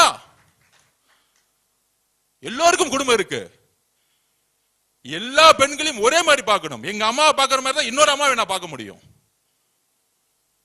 அந்த உணர்வு உங்ககிட்ட இல்ல. ஆனா எங்க தலைவருக்கு ஒவ்வொரு பெண்ணையும் தன்னுடைய அம்மாவும் தங்கச்சியாவும் அக்காவையும் பார்த்துட்டு இருக்காரு. இதனாலதான் இந்த ரியாக்ஷன். இதுதான் உண்மை. இது அரசியலோ பழிவாங்களோ கிடையாது. நாங்க எதுக்கு அரசியல் பழி வாங்கணும்? 60 வருஷ வரலாற்றை தூக்கி எறிஞ்சு சிங்கிளா தனியா எங்கால் ஜெயிச்சிருக்காரு எலெக்ஷன்ல. உங்களை எதிரியாவே நாங்க பார்க்கல. எங்க தலைவரை எதிர்த்து நிக்கிறதுக்கு ஒரு தகுதி வேணும். இன்னைக்கு சேலஞ்ச் பண்றேன் திரு உதயநிதி அவர்களே, உங்க தாத்தாவோட ஐடென்டிட்டி, திமுகவுடைய ஐடென்டிட்டி எல்லாத்தையும் தூக்கி போட்டு உங்க எம்எல்ஏ போஸ்ட் ரிசைன் பண்ணிட்டு வாங்க. எங்க தலைவர் சாமானிய ஒருத்தரை நிப்பாட்டுவார். அதே சேப்பாக்கத்துல சாமானிய ஒரு பெண்ணை நிப்பாட்டுவார். சாமானிய ஒரு பெண்ணை சேப்பாக்கத்துல இன்னைக்கு நாங்க நிப்பாட்டுக்கு ரெடி. சேலஞ்ச் பண்றோம். ஒரே ஒரு முறை எங்க தலைவர் வருவார் பிரச்சாரத்துக்கு, ஒரே ஒரு முறை தான் வருவார். டெபாசிட் வாங்க மாட்டீங்க, எழுதி வச்சுக்கிறீங்களா? இன்னைக்கு சேப்பாக்கத்துல எலெக்ஷன் நடந்துச்சுன்னா ஏன் தெரியுமா? திமுக இன்னைக்கு எதிர்கட்சி தலைவரானதுக்கான காரணமே கூட்டணி கட்சினாலதான். கூட்டணி கட்சியோட 20% மைனஸ் அடிச்சீங்க, 10 தொகுதி ஜெயிச்சிருக்க மாட்டாங்க. கூட்டணி கட்சினால 10 தொகுதி இல்ல. காங்கிரஸ், IML, கம்யூனிஸ்ட், VCK இல்லன்னா திமுகனால 10 தொகுதி ஜெயிச்சிருக்க முடியாது. இப்ப ஒட்டுமொத்த கூட்டணி எங்க தலைவர் கூட எங்களோட இருக்கிறாங்க. அப்ப நீங்க உங்களை பார்த்து நாங்க எதுக்கு பயப்படணும்? தேர்தல் ரீதியா நீங்க யார் எங்களுக்கு? எங்க தலைவர் உங்களை பார்த்து பயந்தாதானே கைது பண்ணணும், சிறை தள்ளணும். அந்த பயம் எங்க தலைவருக்குள்ள. சாமானிய தொண்டனர் கூட தமிழக வெற்றி கழகத்துல கன்னியாகுமரி சாமானிய ஒரு பெண்ணு கூட அந்த பயம் கிடையாது. உங்களை பார்த்து முடிஞ்சு போச்சு உங்க சாம்ராஜ்யம். எல்லாம் சேர்ந்துட்டாங்க, பெண்கள் ஒட்டுமொத்தமா சேர்ந்துட்டாங்க. நீங்க இது பேசி முடிச்ச அடுத்த செகண்ட் சமூக வலைத்தள பாருங்க, ஒட்டுமொத்த பெண்களும் பேச ஆரம்பிச்சிட்டாங்க. என்ன பேசுது? ஒரு பொறுப்பு வாய்ந்த எதிர்கட்சி தலைவர் பேசுறதா? ஈக்குவல் டு கேபினெட் ரேங்கிங், அமைச்சர் இடத்துல இருக்கீங்க நீங்க. எதிர்கட்சி தலைவர் யார் இருந்திருக்கா? கலைஞர் இருந்திருக்காரு இந்த இடத்துல. என்ன பேச்சுகள் இது? மேடம் ஜெயலலிதா உட்கார்ந்து இருக்கா, உங்க இடத்துல எந்த இடத்துல உட்கார்ந்துட்டு இருக்கீங்க? காவேரி பிரச்சனை பத்தி பேசுறோம். காவேரி பிரச்சனை பத்தி நாளை சட்டசபையில் நீங்க என்ன வேணா கொஸ்டின் கேளு. அதுக்கு உடனே சொல்றாங்க அவர் வந்து நாளைக்கு சட்டசபையில் வந்து நம்ம கேள்வி கேட்டுறாரு பயந்துட்டாங்களாம். 4 நாள் நீங்க என்ன கேள்வி கேட்டீங்கன்னு எனக்கு தெரியாது, அந்த இடத்துல சும்மா உட்காந்துட்டு இருந்தீங்க 4 நாள். நீங்க கேள்வி கேட்கறீங்களா எங்களை பார்த்து? நாங்க ரெடி. என்ன கேட்பீங்க? இருமொழி கொள்கையா, நீட் பத்திரியா, காவேரி பிரச்சனையா, மேகதாது பிரச்சனையா, சட்டம் ஒழுங்கு பிரச்சனையா? 5 வருஷம் சட்டம் ஒழுங்கு போஸ்கோ சட்டத்துல எத்தனை பேர் கைது ஆயிருக்காங்கன்னு கணக்கெடுப்போம். நாங்க வந்து 80 நாள் ஆச்சு. 25 வருஷம் ஆண்டது நீங்க. ஒவ்வொரு ஃபைல தொட்டாலும் பண்ணதுக்கான எல்லா தவறுகளும் நீங்க. மேகதாது பிரச்சனைக்கு சிம்பிளா சொல்றேன். 15/4/2026, 25/4/2026 சுப்ரீம் கோர்ட்ல தோத்தது யாரு? சுப்ரீம் கோர்ட்ல தோக்கும்போது ஆட்சியில் இருந்தது யாரு? தமிழக வெற்றி கழகம் ஆட்சியில் இருந்தாங்களா? திராவிட முன்னேற்ற கழகம் தான் ஆட்சியில் இருந்தாங்க. அப்ப சுப்ரீம் கோர்ட்ல கேஸ் தோத்துட்டு நம்ம உச்ச நீதிமன்றம் போக முடியாது. அங்க இருக்கக்கூடிய முதலமைச்சர் திரு சிவகுமார் அவர்கள் அணை கட்டணும்னு சொல்றாரு. இது இப்ப மட்டுமா சொல்றாரு? இந்த 30 நாளா சொல்லிட்டு இருக்காரா? 2 வருஷமா சொல்லிட்டு இருக்காரு. அவர் 2 வருஷமா திராவிட முன்னேற்ற கழகம் கூட்டணி இருக்கும்போது சொல்லிட்டு இருக்காரு. அதனாலதான் இது சென்ட்ரல் சப்ஜெக்ட் ஆகி அங்க நீர்வளத்துறை தான் முடிவு எடுக்கணுங்கிறது சுப்ரீம் கோர்ட் 2018 தீர்ப்பு கொடுத்திருக்கு. இரு மாநில பிரச்சனைகள் வரும் பொழுது நேரா டெல்லியில இருக்கக்கூடிய நீர்வளத்துறை கிட்ட தான் போகணும். அப்ப முதலமைச்சர் என்ன முடிவு பண்ணணும்? முதலமைச்சர் சட்ட ரீதியா முடிவு எடுக்கிறார். நம்ம கோர்ட்டுக்கு போவோம். சுப்ரீம் கோர்ட்டுக்கு போக முடியாது. ஏன்னா 2 தட்டி அப்பீல் ஆகி தோத்துட்டோம். அப்ப உடனே சுற்றுச்சூழல்ல கேஸை ஃபைல் பண்ண சொல்லிட்டார். சுற்றுச்சூழல் சர்டிபிகேட், என்வாயன்மெண்ட் சர்டிபிகேட் இல்லாம டேம் கட்ட முடியாது. டெக்னிக்கலி ஃபைல் பண்ணிட்டார். இதை நம்ம சொல்றோம் சட்டசபையில. அதுக்கப்புறம் ட்ரிபியூனல் போவோம். இது திமுக அடுத்த முடிவு தான். சட்ட வல்லுநர்கள் அதான் சொல்றாங்க. இப்ப இருக்க ட்ரிபியூனல் நம்ப முடியல, அவங்க டிபிஆர் அக்செப்ட் பண்ணிட்டாங்க, நம்ம புதுசா ட்ரிபியூனல் போனோம். திராவிட முன்னேற்றம் கழகம் சொன்னதும் நம்ம சட்ட வல்லுநர் சொன்னதும் முதலமைச்சர் அக்சஸ் பண்ணி சட்டமன்றத்துல ஒரு மனதா தீர்மானம் பண்ணமா இல்லையா? அன்னைக்கு திராவிட முன்னேற்றத்துக்கு ஏதாவது கருத்து வேறுபாடு இருந்துச்சா? இல்ல அதிமுக கருத்து வேறுபாடு இருந்துச்சா? எல்லாரும் எந்திரிச்சு ஒரு மனதா தீர்மானம் நிறைவேற்றியாச்சு. ஆனா உடனே 10 நாள்ல 10 வருஷமா மழை பிரச்சனை கிடையவே கிடையாது. இந்த வருஷம் மழை இல்ல. இந்த 10 வருஷமா சொன்ன டைம்ல மழை வந்துச்சு, தண்ணி வந்துச்சு. மழையினால தண்ணி வரல. உடனே அரசியல். தமிழக வெற்றி கழகம் வந்த பிறகு தண்ணி வரல. திருப்பி நம்ம நீர்வளத்துறை அமைச்சர் டிஸ்கஷன் பண்ணி அங்க இருக்கக்கூடிய ஒழுங்காற்றுக்குள்ள உடனடியா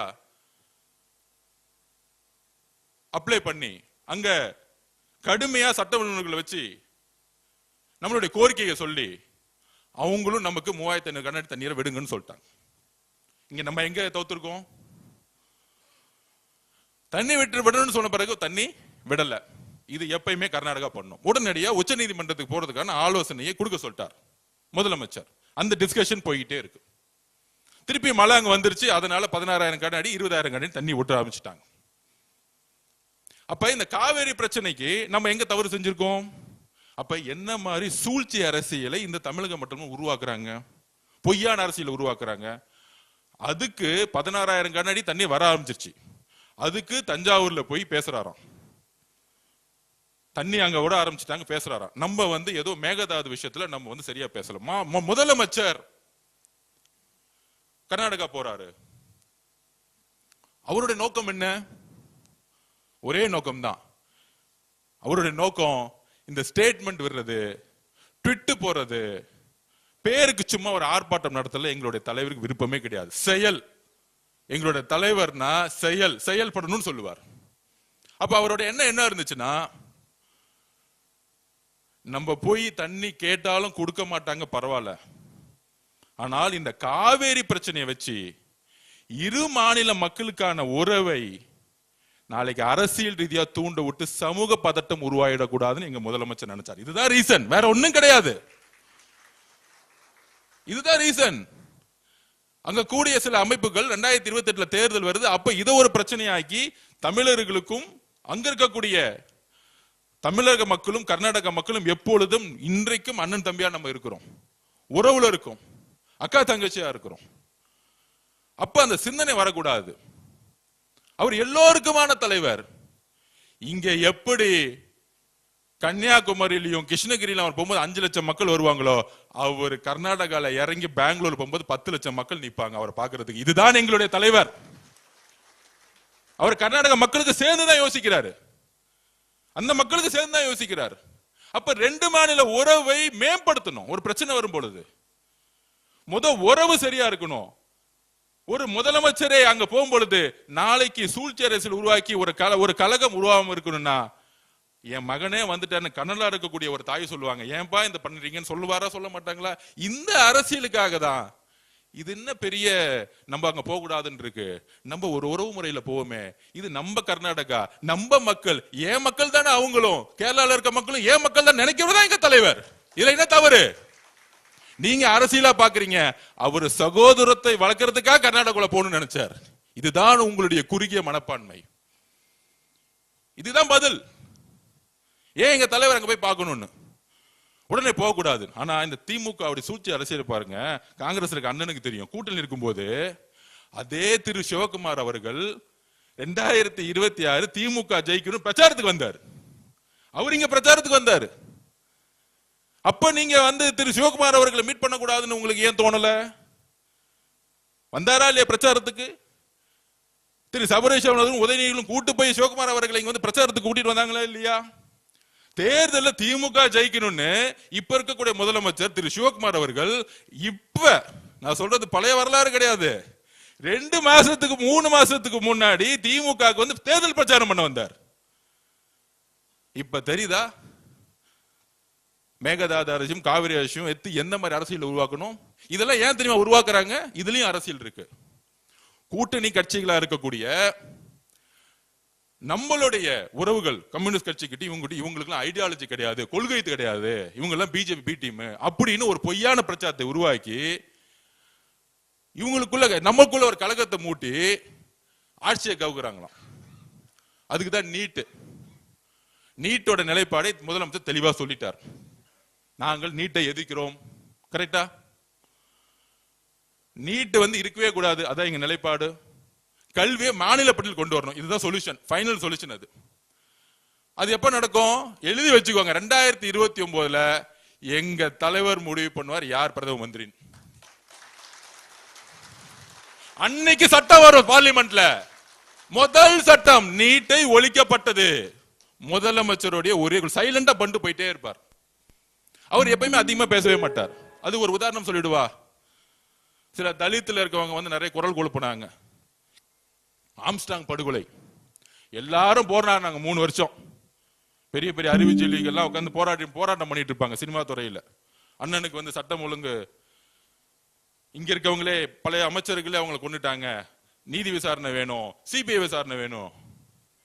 இது வரைக்கும் ஆம்ஸ்டாங் அண்ணனை பத்தி எந்த போராட்டம் எங்க தலைவர் கலந்துக்கல. ஆனா சைலண்டா வாட்ச் பண்ணிட்டே இருப்பார். முதலமைச்சர் ஆனாரு, வந்தாரு, சுப்ரீம் கோர்ட்ல போயிட்டு சிபிஐ என்கொயரி தான் வேணும்னு சொல்லிட்டு ஃபைலை க்ளோஸ் பண்ணிட்டு போயிட்டார். 3 வருஷம் நாடகம் ஆடிட்டு இருந்தாங்க.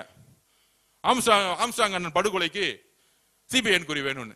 யாரு இது? யாருக்காக நம்ம அண்ணன் பண்ணார் தெரியுமா? அவங்களுடைய மனைவி இருக்காங்களே, அவங்களுடைய ஒரே கோரிக்கைக்காக. வேற எந்த அரசியலும் கிடையாது, வேற எந்த அரசியலும் கிடையாது. யாரா இருந்தாலும் கைது செய்யுங்க. அது முன்னாள் அமைச்சரா இருக்கட்டும், யாரா இருந்தாலும் கைது செய்யுங்க. நேர்மையான விசாரணை வேணும். ஆம்ஸ்டாங் அண்ணனுடைய மனைவியோடைய கோரிக்கை என்ன? அவங்களுக்கு ஒரு நியாயம் வேணும் கிடைக்கிறாங்க. 3 வருஷமா போராடுறாங்க. கரெக்ட் தானே? செஞ்சிருவோம், முடிஞ்சிச்சு.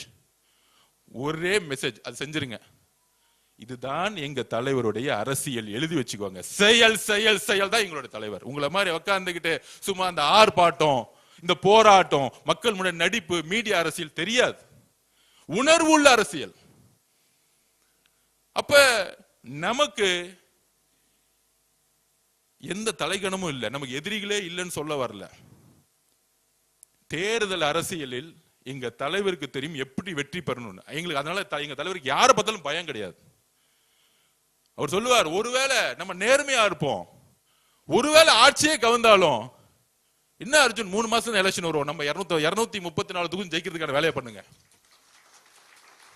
நம்ம கூட்டணி கட்சிகள்லாம் சொல்லுங்க, எதுக்கு நம்ம பயப்படணும்? நம்ம கூட்டணி கட்சி தலைவர் சொல்லுங்க. என் மனசுல நேர்மை இருக்கும் போது நான் எதுக்கு பயப்படணும்? இதுதான் எங்களுடைய தலைவர். அப்படி இருக்கும் பொழுது கலைஞர் பேரனா இருந்தான்னு ஸ்டாலின் மகனா இருந்தான்னு கொஞ்ச நாளுக்கு முன்னாடி இவங்க பிஜேபியில இருந்து ஒருத்தவங்க வந்து கம்ப்ளைண்ட் பண்ணாங்க. அப்துல்லா, நம்ம பேர் என்னப்பா, அலிஷா, அலிஷா அப்துல்லா மேடம் வந்தாங்க. வந்து கமிஷனர் கம்ப்ளைண்ட் போச்சு. தரக்குறைவா யூடியூப்ல பேசினாங்க. தரக்குறைவா. அதுல 2 பேர் ரொம்ப சிரிச்சு, அந்த பெண்ணுடைய உடல், அந்த பெண் யார் கூட இருந்தா, அந்த பெண்ணுடைய குழந்தை யாரோட குழந்தை, இதெல்லாம் ஒரு அரசியலா? ஒரு பெண், ஒரு இஸ்லாமிய சமூகத்தில் இருந்த அந்த பெண், எந்த கட்சியா வேணா இருக்கட்டும், தைரியமாக அரசியலுக்கு வரக்கூடிய சிந்தனையை நம்ம வரவேற்கணும். அது வரவேற்கணும். சரியா தவறோ, ஒரு பெண் வீட்டை விட்டு வெளியே வரும்போது அரசியலுக்கோ ஒரு அதிகாரத்துக்கோ வரணும்னு ஒரு சிந்தனை வரும்போது நம்ம வரவேற்கணும். தவறுகள் செய்தால் நம்ம அரவணைக்கணும். ஏனால் இதுதான் உண்மையான சமூக நீதி. ஒரு பெண் அதிகாரத்துக்கு வரக்கூடிய ஒரு சமூக நீதி தான் பெரியார் கனவு கண்டார், அண்ணா கனவு கண்டார், புரட்சியாளர் அம்பேத்கர் கனவு கண்டார். அப்போ ஒரே ஆக்ஷன், அவங்க 2 பேரும் அரெஸ்ட் பண்ணிருங்க. திமுக தான், பக்கா திமுக. அதே சட்டம் தான் நீங்க மகுடம் சூட்டிய முக ஸ்டாலின் உங்க மகனா இருந்தாலும் ஒரே சட்டம் தான் எங்களுக்கு. மனுநீதி சோழனுடைய ஆட்சி நடந்துகிட்டு இருக்க, தான் மகனா இருந்தாலும் சட்டம் தன் கடமையை செய்யும் சொல்லக்கூடியவர் தான் எங்களுடைய முதலமைச்சர். தமிழக வெற்றி கழகத்தில் தவறு செய்யும் போது அடுத்த செகண்ட் பொதுச்செயலர் கட்சி விட்டு இன்னைக்கு அரெஸ்ட் பண்ணுங்கன்னு சொல்லிடுவார். இது வரைக்கும் 3 பேர் அரெஸ்ட் பண்ணிருக்காங்க. அந்த மாதிரி தமிழக வெற்றி கழகத்துடைய நிர்வாகிகள் யாரை நீக்கல. அப்ப இந்த கட்சியை உருவாக்கியது, நாங்கெல்லாம் அமைச்சராக இங்க அமர்ந்திருக்கிறதுக்கு முக்கிய காரணம், ஏன் எங்களுடைய தலைவரை முதலமைச்சர் ஆக்கியதே தமிழ்நாட்டுடைய பெண்கள். அப்ப அந்த பெண்களை கொச்சையாக பேசும் பொழுது யாராக இருந்தாலும் சட்டப்படி நடவடிக்கை எங்களுடைய முதலமைச்சர் எப்படியும் எடுப்பார். அதுக்காக எந்த போராட்டம் நாங்கள் எதிர்கொள்ள ரெடியா இருக்கிறோம். ஏன்னா இது தமிழக பெண்களுடைய கோரிக்கை. நேத்துல இருந்து ஒட்டுமொத்த நேஷனல் மீடியாவும் ஒரு எதிர்க்கட்சி தலைவராக இப்படி பேசலாமா? டிஸ்கஸ்டிங் ஸ்பீச்சஸ் நேத்துல இருந்து ஆரம்பிச்சிட்டாங்க, ஆர்குமெண்ட் ஆரம்பிச்சிட்டாங்க. நம்மளுடைய மீடியா தான் லேட்டா இருந்திருப்பாங்களே, காலைல இருந்து ஆரம்பிச்சாங்க. பெண்கள் எல்லாம் சமூக வலைத்தளத்துல இறங்கி அடிக்க ஆரம்பிச்சிட்டாங்க. என்னது திமுக, பழைய திமுக, இந்த இதுக்கு முற்றுப்புள்ளி வைங்க. 50 வருஷ திமுக இந்த பெண்களை நோக்கி இழிவா பேசக்கூடிய அரசியலை முற்றுப்புள்ளி வைங்க. தைரியம் இருந்தா எங்க தலைவரை விமர்சிக்கணும்னா அவர் முகத்தை பார்த்து ஒரு தவறு சொல்லி அரசியல் பண்ணி ஜெயிச்சிருங்க. எந்த காலத்துல வாய்ப்பு கொடுக்கவே மாட்டார் அவர். உங்களுடைய அரசியல் எல்லாத்தையும் தூக்கி போட்டுதான் ஜெயிச்சுட்டு வந்திருக்காரு. அப்ப இது மாதிரி ஒரு விமர்சனத்தை உருவாக்கினா ஒரு அட்டென்ஷன் கிடைக்கும். இதுதான் ஒரு கேவலமான பிறப்பாலே அந்த பிரச்சனை இருக்கு அவருக்கு. அவர் நல்ல டாக்டர் அனுப்பணும், சைக்காலஜி டாக்டர் அனுப்பணும். இதுதான் உண்மை. மனநல மருத்துவர்கிட்ட திரு உதயநிதி அனுப்பணும். ஓப்பனா சொல்றேன், உண்மை. ஒரு பெண்ணை நோக்கிய பார்வை இருக்கு பாத்தீங்களா, அந்த பார்வை எங்க இருந்ததுன்னா பிறப்புல இருக்கும் போது ஏதோ பிரச்சனை இருந்தா தான் வரும். அந்த மாதிரி எங்க அம்மா அப்படி பார்க்க முடியுமா? எங்க அக்காவை தங்கச்சி அப்படி பார்த்து நான் பேச முடியுமா? சொல்ல முடியுமா? சொல்ல முடியாது, சொல்ல வராது. உங்க குடும்பம் மட்டும் உங்களுக்கு புனிதமும் பெருமைனா எங்க தலைவர் தமிழ்நாட்டில் இருக்க எல்லா பெண்களையும் புனிதமும் பெருமையா பார்ப்பார். அவங்களை நீங்க டச் பண்ணீங்கன்னா ஒரு குரல் கொடுப்பார், யாராக இருந்தாலும். அதான் சொன்னேன் நான். ஆலிஷா மேடத்தை கம்ப்ளைண்ட் வாங்கணும்னு ஆக்ஷன் எடுத்தாங்க இல்லையா, யாரா இருந்தா உடனே விமர்சனம். இந்த பத்திரிகை அந்த பத்திரிகை அதெல்லாம், அந்த மஞ்சள் பத்திரிகை எல்லாம் முதல் ஒழிச்சு விடணும். எல்லா பத்திரிகை யாரெல்லாம் பெண்ணை நோக்கி விமர்சனம் பண்றாங்களோ தவறு அது. ஒரு பெண் வீட்டை விட்டு வரும்பொழுது, அதிகாரத்துக்கு வரும்பொழுது, எம்எல்ஏ மினிஸ்டரோ வரும்பொழுதோ இல்ல தொழில்துறையில் வரும்பொழுதோ அவங்கள நீங்க உடல் மொழியா கை வச்சாலே அடுத்த செகண்ட் கொஸ்டின் வரும். ஏன் இங்க இருக்கக்கூடிய இங்க எக்ஸாம்பிள் சொல்லிடுறேன். இங்க தொழில்துறை அமைச்சர் கூடிய கீர்த்தனா மேடம் அப்பப்ப கடுமையான விமர்சனம் வரும் திமுக ஐடி விங். அதுக்கான காரணம் என்ன தெரியுமா? இப்ப நான் உண்மையா சொல்றேன். தொழில்துறையில லாஸ்ட் 5 வருஷமா ஒவ்வொரு நிறுவனங்களுக்கும் ஒவ்வொரு பாலிசி எடுத்திருக்காங்க. அதாவது ஒரு நிறுவனுக்கு ஒரு சப்சிடி பாலிசி, இலவசம், டாக்ஸ்ல ரிலாக்ஸ், இது மாதிரி. இன்னொரு நிறுவனங்களுக்கு லேண்ட் ஃப்ரீயா கொடுக்குது. இது ஒரு ஊழல், பெரிய ஊழல். இந்த ஊழலோட ஃபைல் எடுக்கிறாங்க. அந்த ஊழல் பண்ண அமைச்சர் யாரு? முன்னாடி டிஆர்பி ராஜா. டிஆர்பி ராஜா இன்னைக்கு எந்த பொசிஷன்ல இருக்காங்க? திமுக ஐடி விங்கோட செக்ரட்டரி. இப்ப புரியுதா? திமுக ஐடி விங் செக்ரட்டரி ஏன் ஒரு பெண்ணை, ஏன் இந்த அமைச்சரை டார்கெட் பண்றாங்கன்னு தெரியுதா? ஏன்னா அந்த ஊழல் வெளியே வந்துடக்கூடாது. வெளியே வந்துச்சுன்னா அவர் மாட்டிக்குவார். அப்ப ஒருத்தரை நெகட்டிவ் பண்ணு, அந்த கேரக்டர் நெகட்டிவ் பண்ணு, அந்த பெண் அமைச்சரை நெகட்டிவ் பண்ணு. அப்ப திமுகவுடைய ஒட்டுமொத்த ஐடிவிங்க செயல்படும். சிறு சிறு தவறுகளை தவறு சாரின்னு சொல்லிட்டு போறதா நம்மளோட சட்டமன்ற உறுப்பினர். ஆமாங்க, அந்த தவறு செஞ்சுட்டாங்க, மன்னிச்சுக்கோங்க. உங்களை மாதிரி ஊழல் கொள்ளடிச்சு உங்களை மாதிரி எல்லா அநியாயம் பண்ணக்கூடிய சட்டமன்ற உறுப்பினர் நம்ம கிட்ட கிடையாது. தவறுகள் செய்தா சாரின்னு சொல்லிட்டு போயிட்டு அடுத்த தவறு செய்யாம போயிட்டே இருப்பாங்க. we are learners. நாங்கள் கற்றுக்கொண்டு இருக்கிறோம். ஒரு ஸ்கூலுக்கு போறோம், ஐயோ அந்த இடத்துல பாத்ரூம் சரியில்லை, ஐயோ அந்த ஸ்கூல் சரியில்லை. இது ஒரு வீடியோ எடுத்து நம்ம சமூகத்துல போகணும்னு ஏன் சொன்னோம்னா, இந்த அநியாயம் நடந்துட்டுன்னு காமிக்கிறதுக்கு, அது ரீல்ஸுக்காக கிடையாது. அப்ப அது தவறுன்னு சொல்லும் பொழுது ஆமா இந்த தவறை நாங்க செய்ய மாட்டோம், புரோட்டோகால் படி ராங் சொல்லும் போது இனிமேல் தவறு செய்ய மாட்டோம். திருந்து இதுக்கு மேல என்ன ஊழல், என்ன குற்றச்சாட்டு இருக்கு? இந்த இடத்துல இந்த கான்ட்ராக்ட்ல 10 கோடி ரூபாய் வாங்கிட்டாங்க இந்த எம்எல்ஏ, மினிஸ்டர் சொல்ல முடியுமா 80 நாள்ல? அப்ப இதெல்லாம் திசை திருப்பக்கூடிய வேலைகள். அவங்களுடைய மீடியா, அவங்களுடைய டிவி, அவங்களுடைய சோசியல் மீடியா, அவங்களுடைய பணபலம். அதனால நம்ம விளக்கம் சொல்றதை விட்டுட்டு நம்ம 60 நாள் அமைதியா அரசியல் ரீதியா பயணம் பண்ணவே. பட்ஜெட் வருது, மானிக்கு வருது, அதுக்கான டிராஃப்ட் பண்ணிட்டு இருந்தோம். தலைவர் சொல்லிட்டாரு, வரக்கூடிய பட்ஜெட் ஒவ்வொரு துறையிலையும் அடுத்த 50 வருஷத்துக்கான அடித்தளத்தை உருவாக்கக்கூடிய ஒவ்வொரு டிமாண்டும் உருவாக்குன்னு சொல்லிட்டாரு. சிம்பிளா முடிச்சிட்டாரு. ஒவ்வொரு ரிவ்யூ மீட்டிங்லயும் இந்த ரொம்ப பழைய பாலிசில இருந்துச்சுன்னா முதல் டிஸ்ட்ராய் பண்ணிருங்க, புதுசா உருவாக்குங்க. நீங்க சொல்ல ஃபுல் ஃப்ரீடம். ஒரு முதலமைச்சர் இது வரைக்கும் சட்டமன்ற உறுப்பினர் பார்த்தோம், அமைச்சரை பார்த்தோம், இல்ல நீங்க அந்த கமிஷன் வாங்கிட்டு என் வீட்டை வந்து கொடுங்கன்னு சொன்ன முதலமைச்சர் எங்களுக்கு கிடையாது. சொன்ன வார்த்தை ஒவ்வொரு துறையும் அடுத்த 50 வருஷத்துக்கான நல்ல வளர்ச்சியை உருவாக்கக்கூடிய ஒரு டிமாண்டை கொடுங்க. உங்களுக்கு ஃபுல் சுதந்திரம் கொடுத்துட்டார். கூட்டணி கட்சிகிட்ட கேட்டு பாருங்க, இது வரைக்கும் இந்த துறையில உங்ககிட்ட ஏதாவது தலையிட்டு பேசியிருப்பாரான? இதுதான் உண்மை.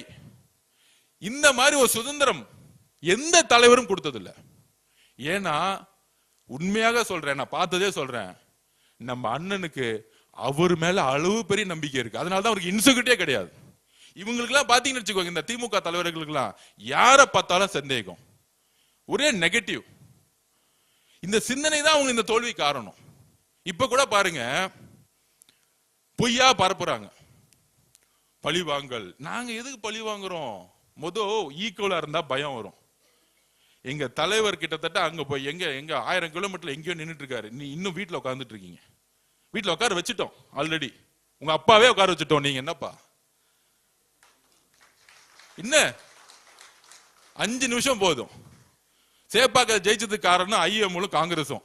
அதையும் சொல்லிடுறேன், இஸ்லாமிய சகோதரர்களுடைய ஓட்டு அதுவும் முடிஞ்சு போச்சு. இனிமேல் சேப்பாக்கத்தில் நிக்க சொல்லுங்க. திருவாரூர்ல நிக்க முடியாது. அண்ணன் போயிட்டாரு, காங்கிரஸ்ல இருந்து அண்ணனை போட்டாச்சு, இறங்கி வேலை பாருங்கண்ணே அப்படின்னு. 234 தொகுதியில் அவங்களுக்கு சிந்திச்சு பாக்குறாங்க, நெக்ஸ்ட் டைம் எலெக்ஷன் வந்தா எங்கேயுமே ஜெயிக்க முடியாது. அப்ப ஒன்லி அவங்களுக்கு தெரிஞ்சதெல்லாம் அந்த கோயபிள்ஸ் பிரச்சாரம் தான். பொய்யா பேசு, புரட்சி, கொள்கை, இந்த கதையெல்லாம் விட்டுட்டே இருப்பாங்க. மக்களுக்கு இவங்களுடைய மொழியிலிருந்து வெளியே வந்துட்டாங்க. எழுதி வச்சுக்கோ, இவங்க பேசுறதே மக்களுக்கு புரியல, விலகி நின்ட்டாங்க. இந்த கைதுக்கு அப்புறம் ஆபாச நிதியை புரட்சியாளராக மாத்துறதுக்கு திமுக ஐடி செயல்பட்டு கைது செய்யப்பட்டார். 8 மணிக்கு போலீஸ் போறாங்க. தைரியமான ஆளா இருந்தா என்ன பண்ணிருக்கணும்? வீட்டை விட்டு ரூம் விட்டு 8:15 வந்திருக்காரு. இப்ப என் வீட்டுக்கும் போலீஸ் வந்தாங்க. சார் நான் வீட்டிலே தான் இருக்கேன், என்ன விடுங்க. ஒரு நேரத்தில் திமுக பிரச்சாரம் பண்ணாங்க, விஜய் அவர்களை கைது செய்ய போறோம், எஃப்ஐஆர் போட போறாங்க. 3வது நாள் சொன்னார், நீங்க என் ஆளெல்லாம் டச் பண்ணாதீங்க, நான் வீட்டில் தான் உட்காந்துருக்கேன், எனி டைம் வாங்க. அந்த நேரம் ஒட்டுமொத்த கவர்மெண்ட் திரும்பி நிக்குது. நான் வீட்டில் கேமரா பார்த்து சொன்னார், முதலமைச்சர் பார்த்து. 8 மணி காவல்துறை காலையில் போயிருக்கு. போன உடனே 8:15 வெளியே வந்துட்டு, நான் ட்ரெஸ் மாத்திட்டு வரேன், டாய்லெட் போயிட்டு வந்துடுறேன். இது நமக்கு தேவைதான், இது ஒரு அடிப்படை கடமை. 8:15 போனவர் 10:15 வரைக்கும் டாய்லெட் மட்டும் வெளியே வரல. என்ன ஒரு புரட்சியாளர், டாய்லெட் புரட்சியாளர் திரு உதயநிதி அவர்கள். காலமும் நேரமும் எப்படி 24 மணி நேரத்துல உன்னுடைய ஆணவத்தை அடக்குது பாத்தீங்களா? என்ன தெரியுமா? அதாவது இது சிறை செல்வது நம்மளுடைய நோக்கம் இல்ல. அது உயர் நீதிமன்றத்திலேயே முதலமைச்சருடைய குறிக்கோள் என்னன்னு சொல்லிட்டார். நம்மளுடைய கவர்மெண்ட் அட்வொகேட் சொல்லிட்டாரு, அவரை நாங்க சிறை செய்தெல்லாம் நாங்க வந்து கைது செய்யல, விசாரணைக்கு தான் நாங்க கூட்டிட்டு போறோம், என்ன கம்ப்ளைண்ட் ஆயிருக்கு. சிறை செய்து உங்களை தள்ளுற அளவுக்கு தேவையில்லாம நம்ம ஜெயில வேற செலவு பண்ணணும், சாப்பாடு கொடுக்கணும், இதெல்லாம் தேவையில்லாத வேலை. அதெல்லாம் அவ்வளவு பெரிய ஆள்லாம் கிடையாது. வடிவேல் படத்துல என்னையும் ஜெயிலுக்கு தள்ளிட்டாங்க, என்னையும் ஜெயிலுக்கு தள்ளிட்டாங்கன்னு நிறைய கூட்டம் திமுக இன்னைக்கு எல்லா தெருவிலும் அப்படித்தான் சுத்திட்டு இருந்தாங்க. அதுவும் பாருங்க, உதயநிதிக்காக வந்து வேன்ல ஏறணுமே தெரியல, வரும்போதே போட்டோகிராஃபர் வீடியோகிராஃபர்லாம் போட்டுட்டு கரெக்டா வண்டியில கொடியை பிடிச்சிட்டு நானும் வந்து ஜெயிலுக்கு போறேன்பா அப்படிங்கிற மாதிரி தான் ஒரு ஐடிவிங்க திமுக. உணர்வற்ற திமுக இன்னைக்கு. கட்சி தலைமைக்கும் தொண்டர்களுக்கும் உணர்வே கிடையாது. சும்மா போலியா உருவாக்குறது, இதெல்லாம் காசு கொடுத்து தெரியும் கூட்டிட்டு வர்றது. அப்ப 8:15 10:15 வரைக்கும், அதாவது நேத்து ஒரு பெண்களை அருவருப்பா பேசி அசிங்கமாக பேசிய உதயநிதி அவர்கள் இன்னைக்கு டாய்லெட் 2 மணி நேரம் உட்கார வச்சுட்டாங்க பாத்தீங்களா? அதுதான் காலமும் நேரமும். உங்க ஆணவம் இருக்கு பாத்தீங்களா, உங்க ஆணவத்தை வந்து டாய்லெட்ல உட்கார வச்சாங்க பாத்தீங்களா? வாழ்க்கை முழுசும் என்னைக்கு மறக்கவே மாட்டார் டாய்லெட்ல 2 மணி நேரம் உட்கார்ந்தது. போலீஸும் வெயிட் பண்ணிக்கிட்டே இருக்காங்க, என்னப்பா இவ்வளவு நேரம் டாய்லெட் போயிட்டு இருக்காரு. தைரியமா வந்தாரு, என்ன பண்ணிருக்கணும், 8:15 வாங்க போலாம், விசாரணை தானே போலாமே, இன்னும் இருக்கு. நீங்க தான் தப்பே பண்ணலையே, உங்களுடைய மொழி அடிப்பில் நான் என்ன தப்பு பண்ணேன், ஒண்ணுமே தப்பே பண்ணலையே. அதாவது மனிதரா இருக்கவர்கள் நம்ம தவறு செஞ்சுட்டா, ஆமா அந்த நேரத்துல நான் தவறு செஞ்சுட்டேன், நான் வருந்துகிறேன்னு சொல்லிட்டு போயிடுவாங்க. ஆகச்சிறந்த தலைவர்கள் மேடம் ஜெயலலிதாவே, ஆமா தவறு நடந்துருச்சு விட்டுருங்க. ஆனா வெளியே வந்துட்டு சிரிச்சிட்டு நான் எந்த தவறும் செய்யலன்னு சொல்றாரு பாத்தீங்களா? இதுதான் ஆணவத்துடைய உச்ச கொடுமை. நம்ம சட்டப்படி கோர்ட்ல அவர் சிறை செல்லணும் பண்ணல, நியாயப்படி பெண்கள் முன்பு யாரு தவறு செய்தாலும் கைது செய்யப்படாலும் பெண்களுக்காக எங்க தலைவர் குரல் கொடுத்தார். இதுதான் எங்களுடைய தலைவர், யாரா இருந்தாலும் சரி. இந்த மெசேஜ் என்ன தெரியுமா? இனி வரும் காலங்களில் எதிர்க்கட்சி தலைவரையே கைது செய்யறோம். இனிமேட்டு இந்த சோசியல் மீடியால இருக்கிறவங்க, இந்த மஞ்ச பத்திரிகை நடத்துறவங்க, என்ன இந்த ட்விட்டர்ல டூப்ளிகேட் ஐடி வச்சிருக்கிறவங்க, இன்ஸ்டாகிராம் டூப்ளிகேட் ஐடி வச்சிருக்க திமுக வச்சிருக்காங்களா, எல்லாத்தையும் தேடி பிடிச்சி பெண்களை நோக்கி விமர்சனம் வந்தா உடனடியாக கைது செய்யுங்க. இதுதான் தமிழக வெற்றித்தோட முதல் கொள்கை. ஊழல ஒழிச்ச மாதிரி பெண்களை அருவருப்பா பேசக்கூடிய கலாச்சாரத்தை ஒழிக்கக்கூடிய ஒரு ஆட்சியை உருவாக்கணும். அதுதான் எங்களோட தலைவர். இவ்வளவுதான் சிந்தனை. அது எந்த பெண்ணா இருந்தாலும் சரி,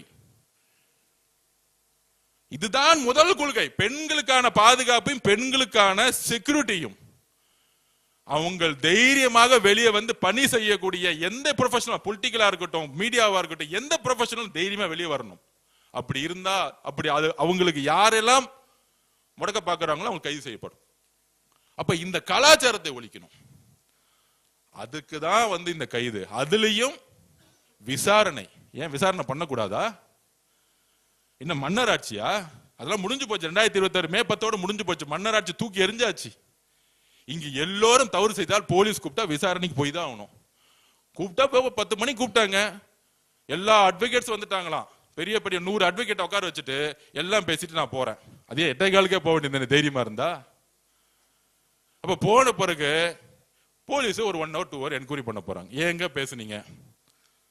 அவருக்கு கொஞ்சம் மறதி நோய், நான் பேசவே இல்லைங்க நேத்து அப்படின்னு சொல்லுவாரு. அதுக்கப்புறம் கோர்ட்டுக்கு போவோம் சப்ஜெக்ட்.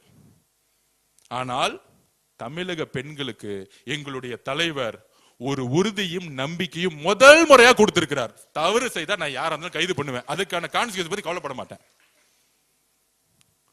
எதிர்க்கட்சி தலைவரா நீ நைட் என்கொயரி முடியும், காலை சட்டசபைக்கு வாங்க, என்ன வேணா கேள்வி கேளுங்க, நாங்க இருக்கிறோம், எழுதி வச்சுக்குவாங்க. அண்ணா பொதுச்செயலாளர் அண்ணா தலைவர்கிட்ட ரிக்வஸ்ட் பண்ணிருங்க, இன்னுமேட்டு உதயநிதி அவர்கள் தலைவர் இருந்து பதில் சொல்ல வேணாம். நான் இருக்கேன், அண்ணன் விஸ்வநாத அண்ணன் இருக்கிறாரு, செங்கோட்டை அண்ணன் இருக்கிறாரு, நம்ம தம்பி ரமேஷ் இருக்கிறாரு, இங்க இருக்கக்கூடிய சட்டமன்ற உறுப்பினர் இருக்காங்க, நம்ம பதில் சொல்லிக்கிறோம். தலைவர் போய் நேரா அவருடைய ஆட்சி பணியை அவர் பாடிக்கு செய்யட்டும், பதிலே சொல்ல வேண்டாம். இந்த மாதிரி கேரக்டருக்கு, இந்த ஆபாச நீதிக்கெல்லாம் எந்திரிச்சு எங்களுடைய தலைவர் தமிழக மக்களால் சிங்களா தேர்ந்தெடுக்கப்பட்ட நம்பிக்கை உருவாக்கி தலைவர் பதில் சொல்ல வேண்டிய அவசியமே கிடையாது, பதில் சொல்ல கூடாது. தயவு செஞ்சு தீர்மானம் போடுங்க. இனிமேட்டு எதிர்க்கட்சி தலைவர் எந்திரிச்சு சட்டம், அண்ணன் நீங்க தானே அவைத்தலைவர், நீங்க தயவு செஞ்சு சொல்லிடுங்க. நீங்க எந்திரிச்சு பதில் சொல்லுங்க. போதுண்ணே, இல்ல நம்ம ரமேஷ் போதுண்ணே, நாம போதுண்ணே, அண்ணன் இருக்கிறார், விஸ்வநாதன் அண்ணன் இருக்கிறார், நம்ம பாத்துக்கலாம். அப்ப நம்ம பாத்துக்கலாம்.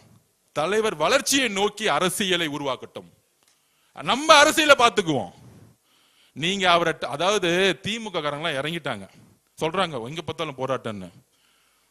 ஒண்ணும் இல்ல, எங்க பொதுச் செயலாளரும் சரி நாங்களும் ஜஸ்ட் கண்ணு காமிச்ச ஒட்டுமொத்த ஜென்சி ரோட்ல இறங்கினா மகனை ஒருத்தன வீட்டுல இருக்க மாட்டீங்க, ஒருத்தன் வீட்டுல இருக்க மாட்டீங்க. அமைதியா ஒருத்தர் அமைதியா இருந்தா ரவுடிசம்லாம் வேலைக்கு ஆகாது.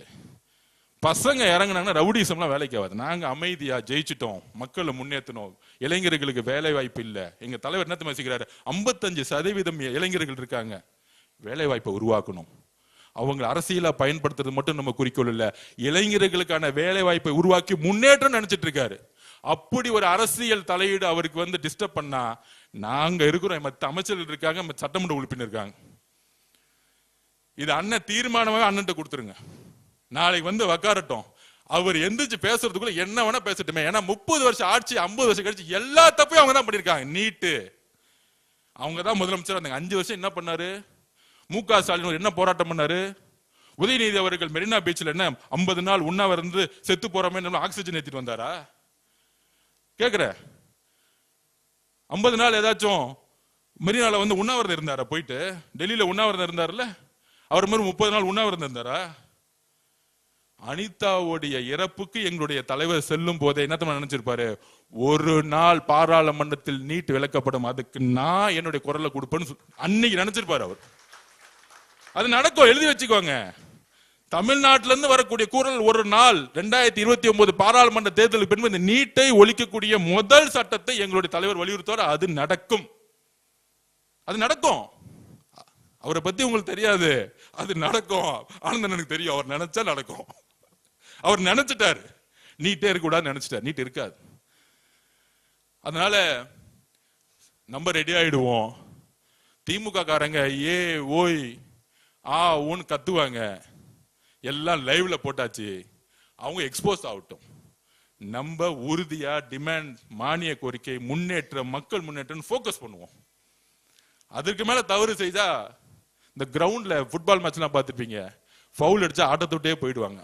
ஆல்ரெடி உங்க அப்பா தவறு செஞ்சாரு, ஆட்டத்தை விட்டு போயிட்டார். அடுத்தது அவர் புள்ள ஃபவுல் அடிச்சுக்கிட்டே இருக்கு, ஆட்டத்தை விட்டு போறாங்க. நம்ம இறங்கி ஆட போறோம். இப்ப இல்ல, அடுத்த 50 வருஷத்துக்கு தமிழக வெற்றி கழகம் மட்டும்தான் இங்க இருக்கும். அதோட சேர்ந்த கூட்டணி கட்சி இருக்காங்க. தனியா நின்னே 35%, கூட்டணி வேற வந்துட்டாங்க 20%. குறைந்தபட்சம் தலைவர் பிரச்சாரம் பண்ண 65% ஜெயிக்க போறோம். 65% எலெக்ஷன்லாம் வச்சிருச்சு, கவலையே படாதீங்க.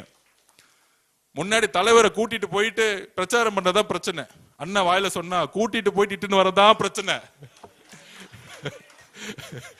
இட்டுட்டு போயிட்டு இட்டு வருது.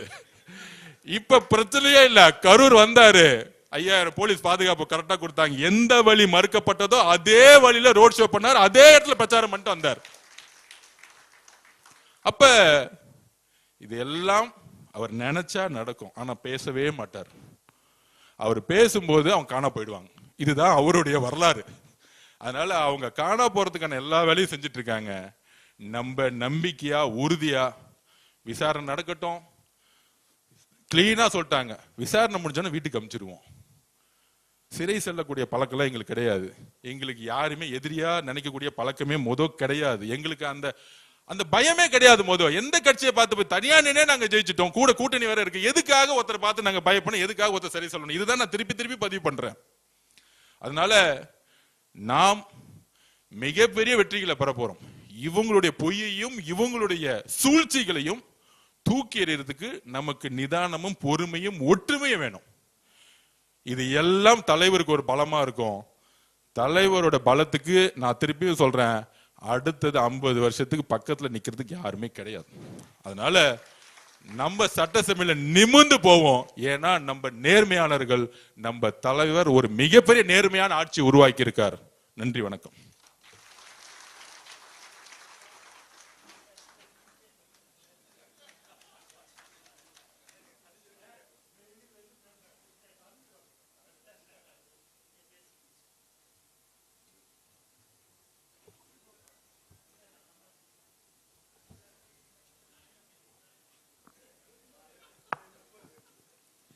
வெற்றி நடை போட்டுக் கொண்டிருக்கும் தமிழக வெற்றி கழகத்தின் தலைவரும் மாண்புமிகு தமிழ்நாடு முதலமைச்சருமான எங்கள் அண்ணன் தளபதி விஜய் அவர்களை வணங்கி அனைத்து அமைச்சர் பெருமக்களுக்கும் சட்டமன்ற உறுப்பினர்களுக்கும் கழக நிர்வாகிகளுக்கும் என்னுடைய வணக்கத்தை தெரிவித்துக் கொள்கிறேன். இந்த சட்டமன்ற உறுப்பினர்களின் கலந்தாய்வு கூட்டத்தில் மிகவும் சிறப்பான ஆக்கப்பூர்வமான விஷயங்கள் பகிர்ந்து கொள்ளப்பட்டன. இந்த நிகழ்வை ஏற்பாடு செய்ததற்கு ஒரு மிகப்பெரிய நன்றி. நம்முடைய கொள்கை தலைவர்களை பார்த்தால் 2 பெண்கள் இருப்பார்கள். அதில் ஒரு பெண் வாள் ஏந்தி கொண்டு வீரமும் துணிச்சலோடும் இருப்பார்கள். இன்னொரு பெண்ணை பார்த்தால் அமைதியும் வைராகியமும் கண்ணியத்தோடும் இருப்பார்கள். ஒரு பெண் துணிச்சலோடும் தைரியத்தோடும் அமைதியோடும் கண்ணியத்தோடும் வாழ வேண்டும். அப்படி வாழ்கின்ற பெண்கள் நிச்சயமாக வெற்றி பெறுவார்கள். அதற்கு இவர்களே சாட்சி என்று காண்பிப்பதற்காகவே அவர்களை கொள்கை தலைவர்களாக கொண்ட கட்சி நம்முடைய தமிழக வெற்றி கழகம். நம்முடைய தமிழக வெற்றி கழகத்தின் ஆட்சியில் பெண்மை போற்றப்படும், போற்றப்பட்டு கொண்டு இருக்கிறது. அப்படிப்பட்ட ஆட்சியில் பெண்களை இழிவாக பேசினால் அது யாராக இருந்தாலும் சரி, எதிர்க்கட்சி தலைவராக இருந்தாலும் சரி, நிச்சயமாக தண்டனை கிடைக்கும் என்பதை காட்டியவர் நம்முடைய தமிழக வெற்றி கழகத்தின் தலைவர். பொதுவா ஒண்ணு சொல்லுவாங்க, ஒரு பொண்ணை பார்த்தா அந்த பொண்ணோட கண்ணை பார்த்து பேசணும்னு. என்னை பொறுத்த வரைக்கும் அதுக்கு ஒரு ஆப்டான லைன் என்னன்னா, அதுதான் பெண்கள் நாட்டின் கண்கள். அந்த வார்த்தைக்கு இலக்கணமே அந்த பொண்ணோட கண்ணை பார்த்து பேசணும். அப்படிப்பட்ட பெண்மையை போற்றதுதான் நம்மளுடைய தமிழக வெற்றி கழகம். வாக்குகளால வெல்ல முடியல, வார்த்தையாலாவது வெல்லலாம் அப்படின்னு சொல்லி சில வார்த்தைகளை பேசிக்கொண்டு இருக்கிறார்கள். பேசுவோர்கள் பேசட்டும். நாளை கேள்வி வரும் என்று அனைவராலும் எதிர்பார்ப்பு கொண்டு இருக்கிறது. நிச்சயமாக அந்த கேள்விகளுக்கு நாங்கள் வார்த்தையால் அல்ல, செயல்களால் நிச்சயமாக செய்து காட்டுவோம். எனவே தமிழக வெற்றி கழகம் என்பது ஒரு நியாயமான நேர்மையான அரசியலை ஏற்படுத்த வேண்டும் என்ற கொள்கையோடு தொடங்கப்பட்ட ஒரு கட்சி. இந்த கட்சியின் நோக்கம் நிச்சயமாக வெற்றி பெறும் என்று கூறி இந்த வாய்ப்புக்கு நன்றி கூறி விடைபெறுகிறேன். நன்றி, வணக்கம்.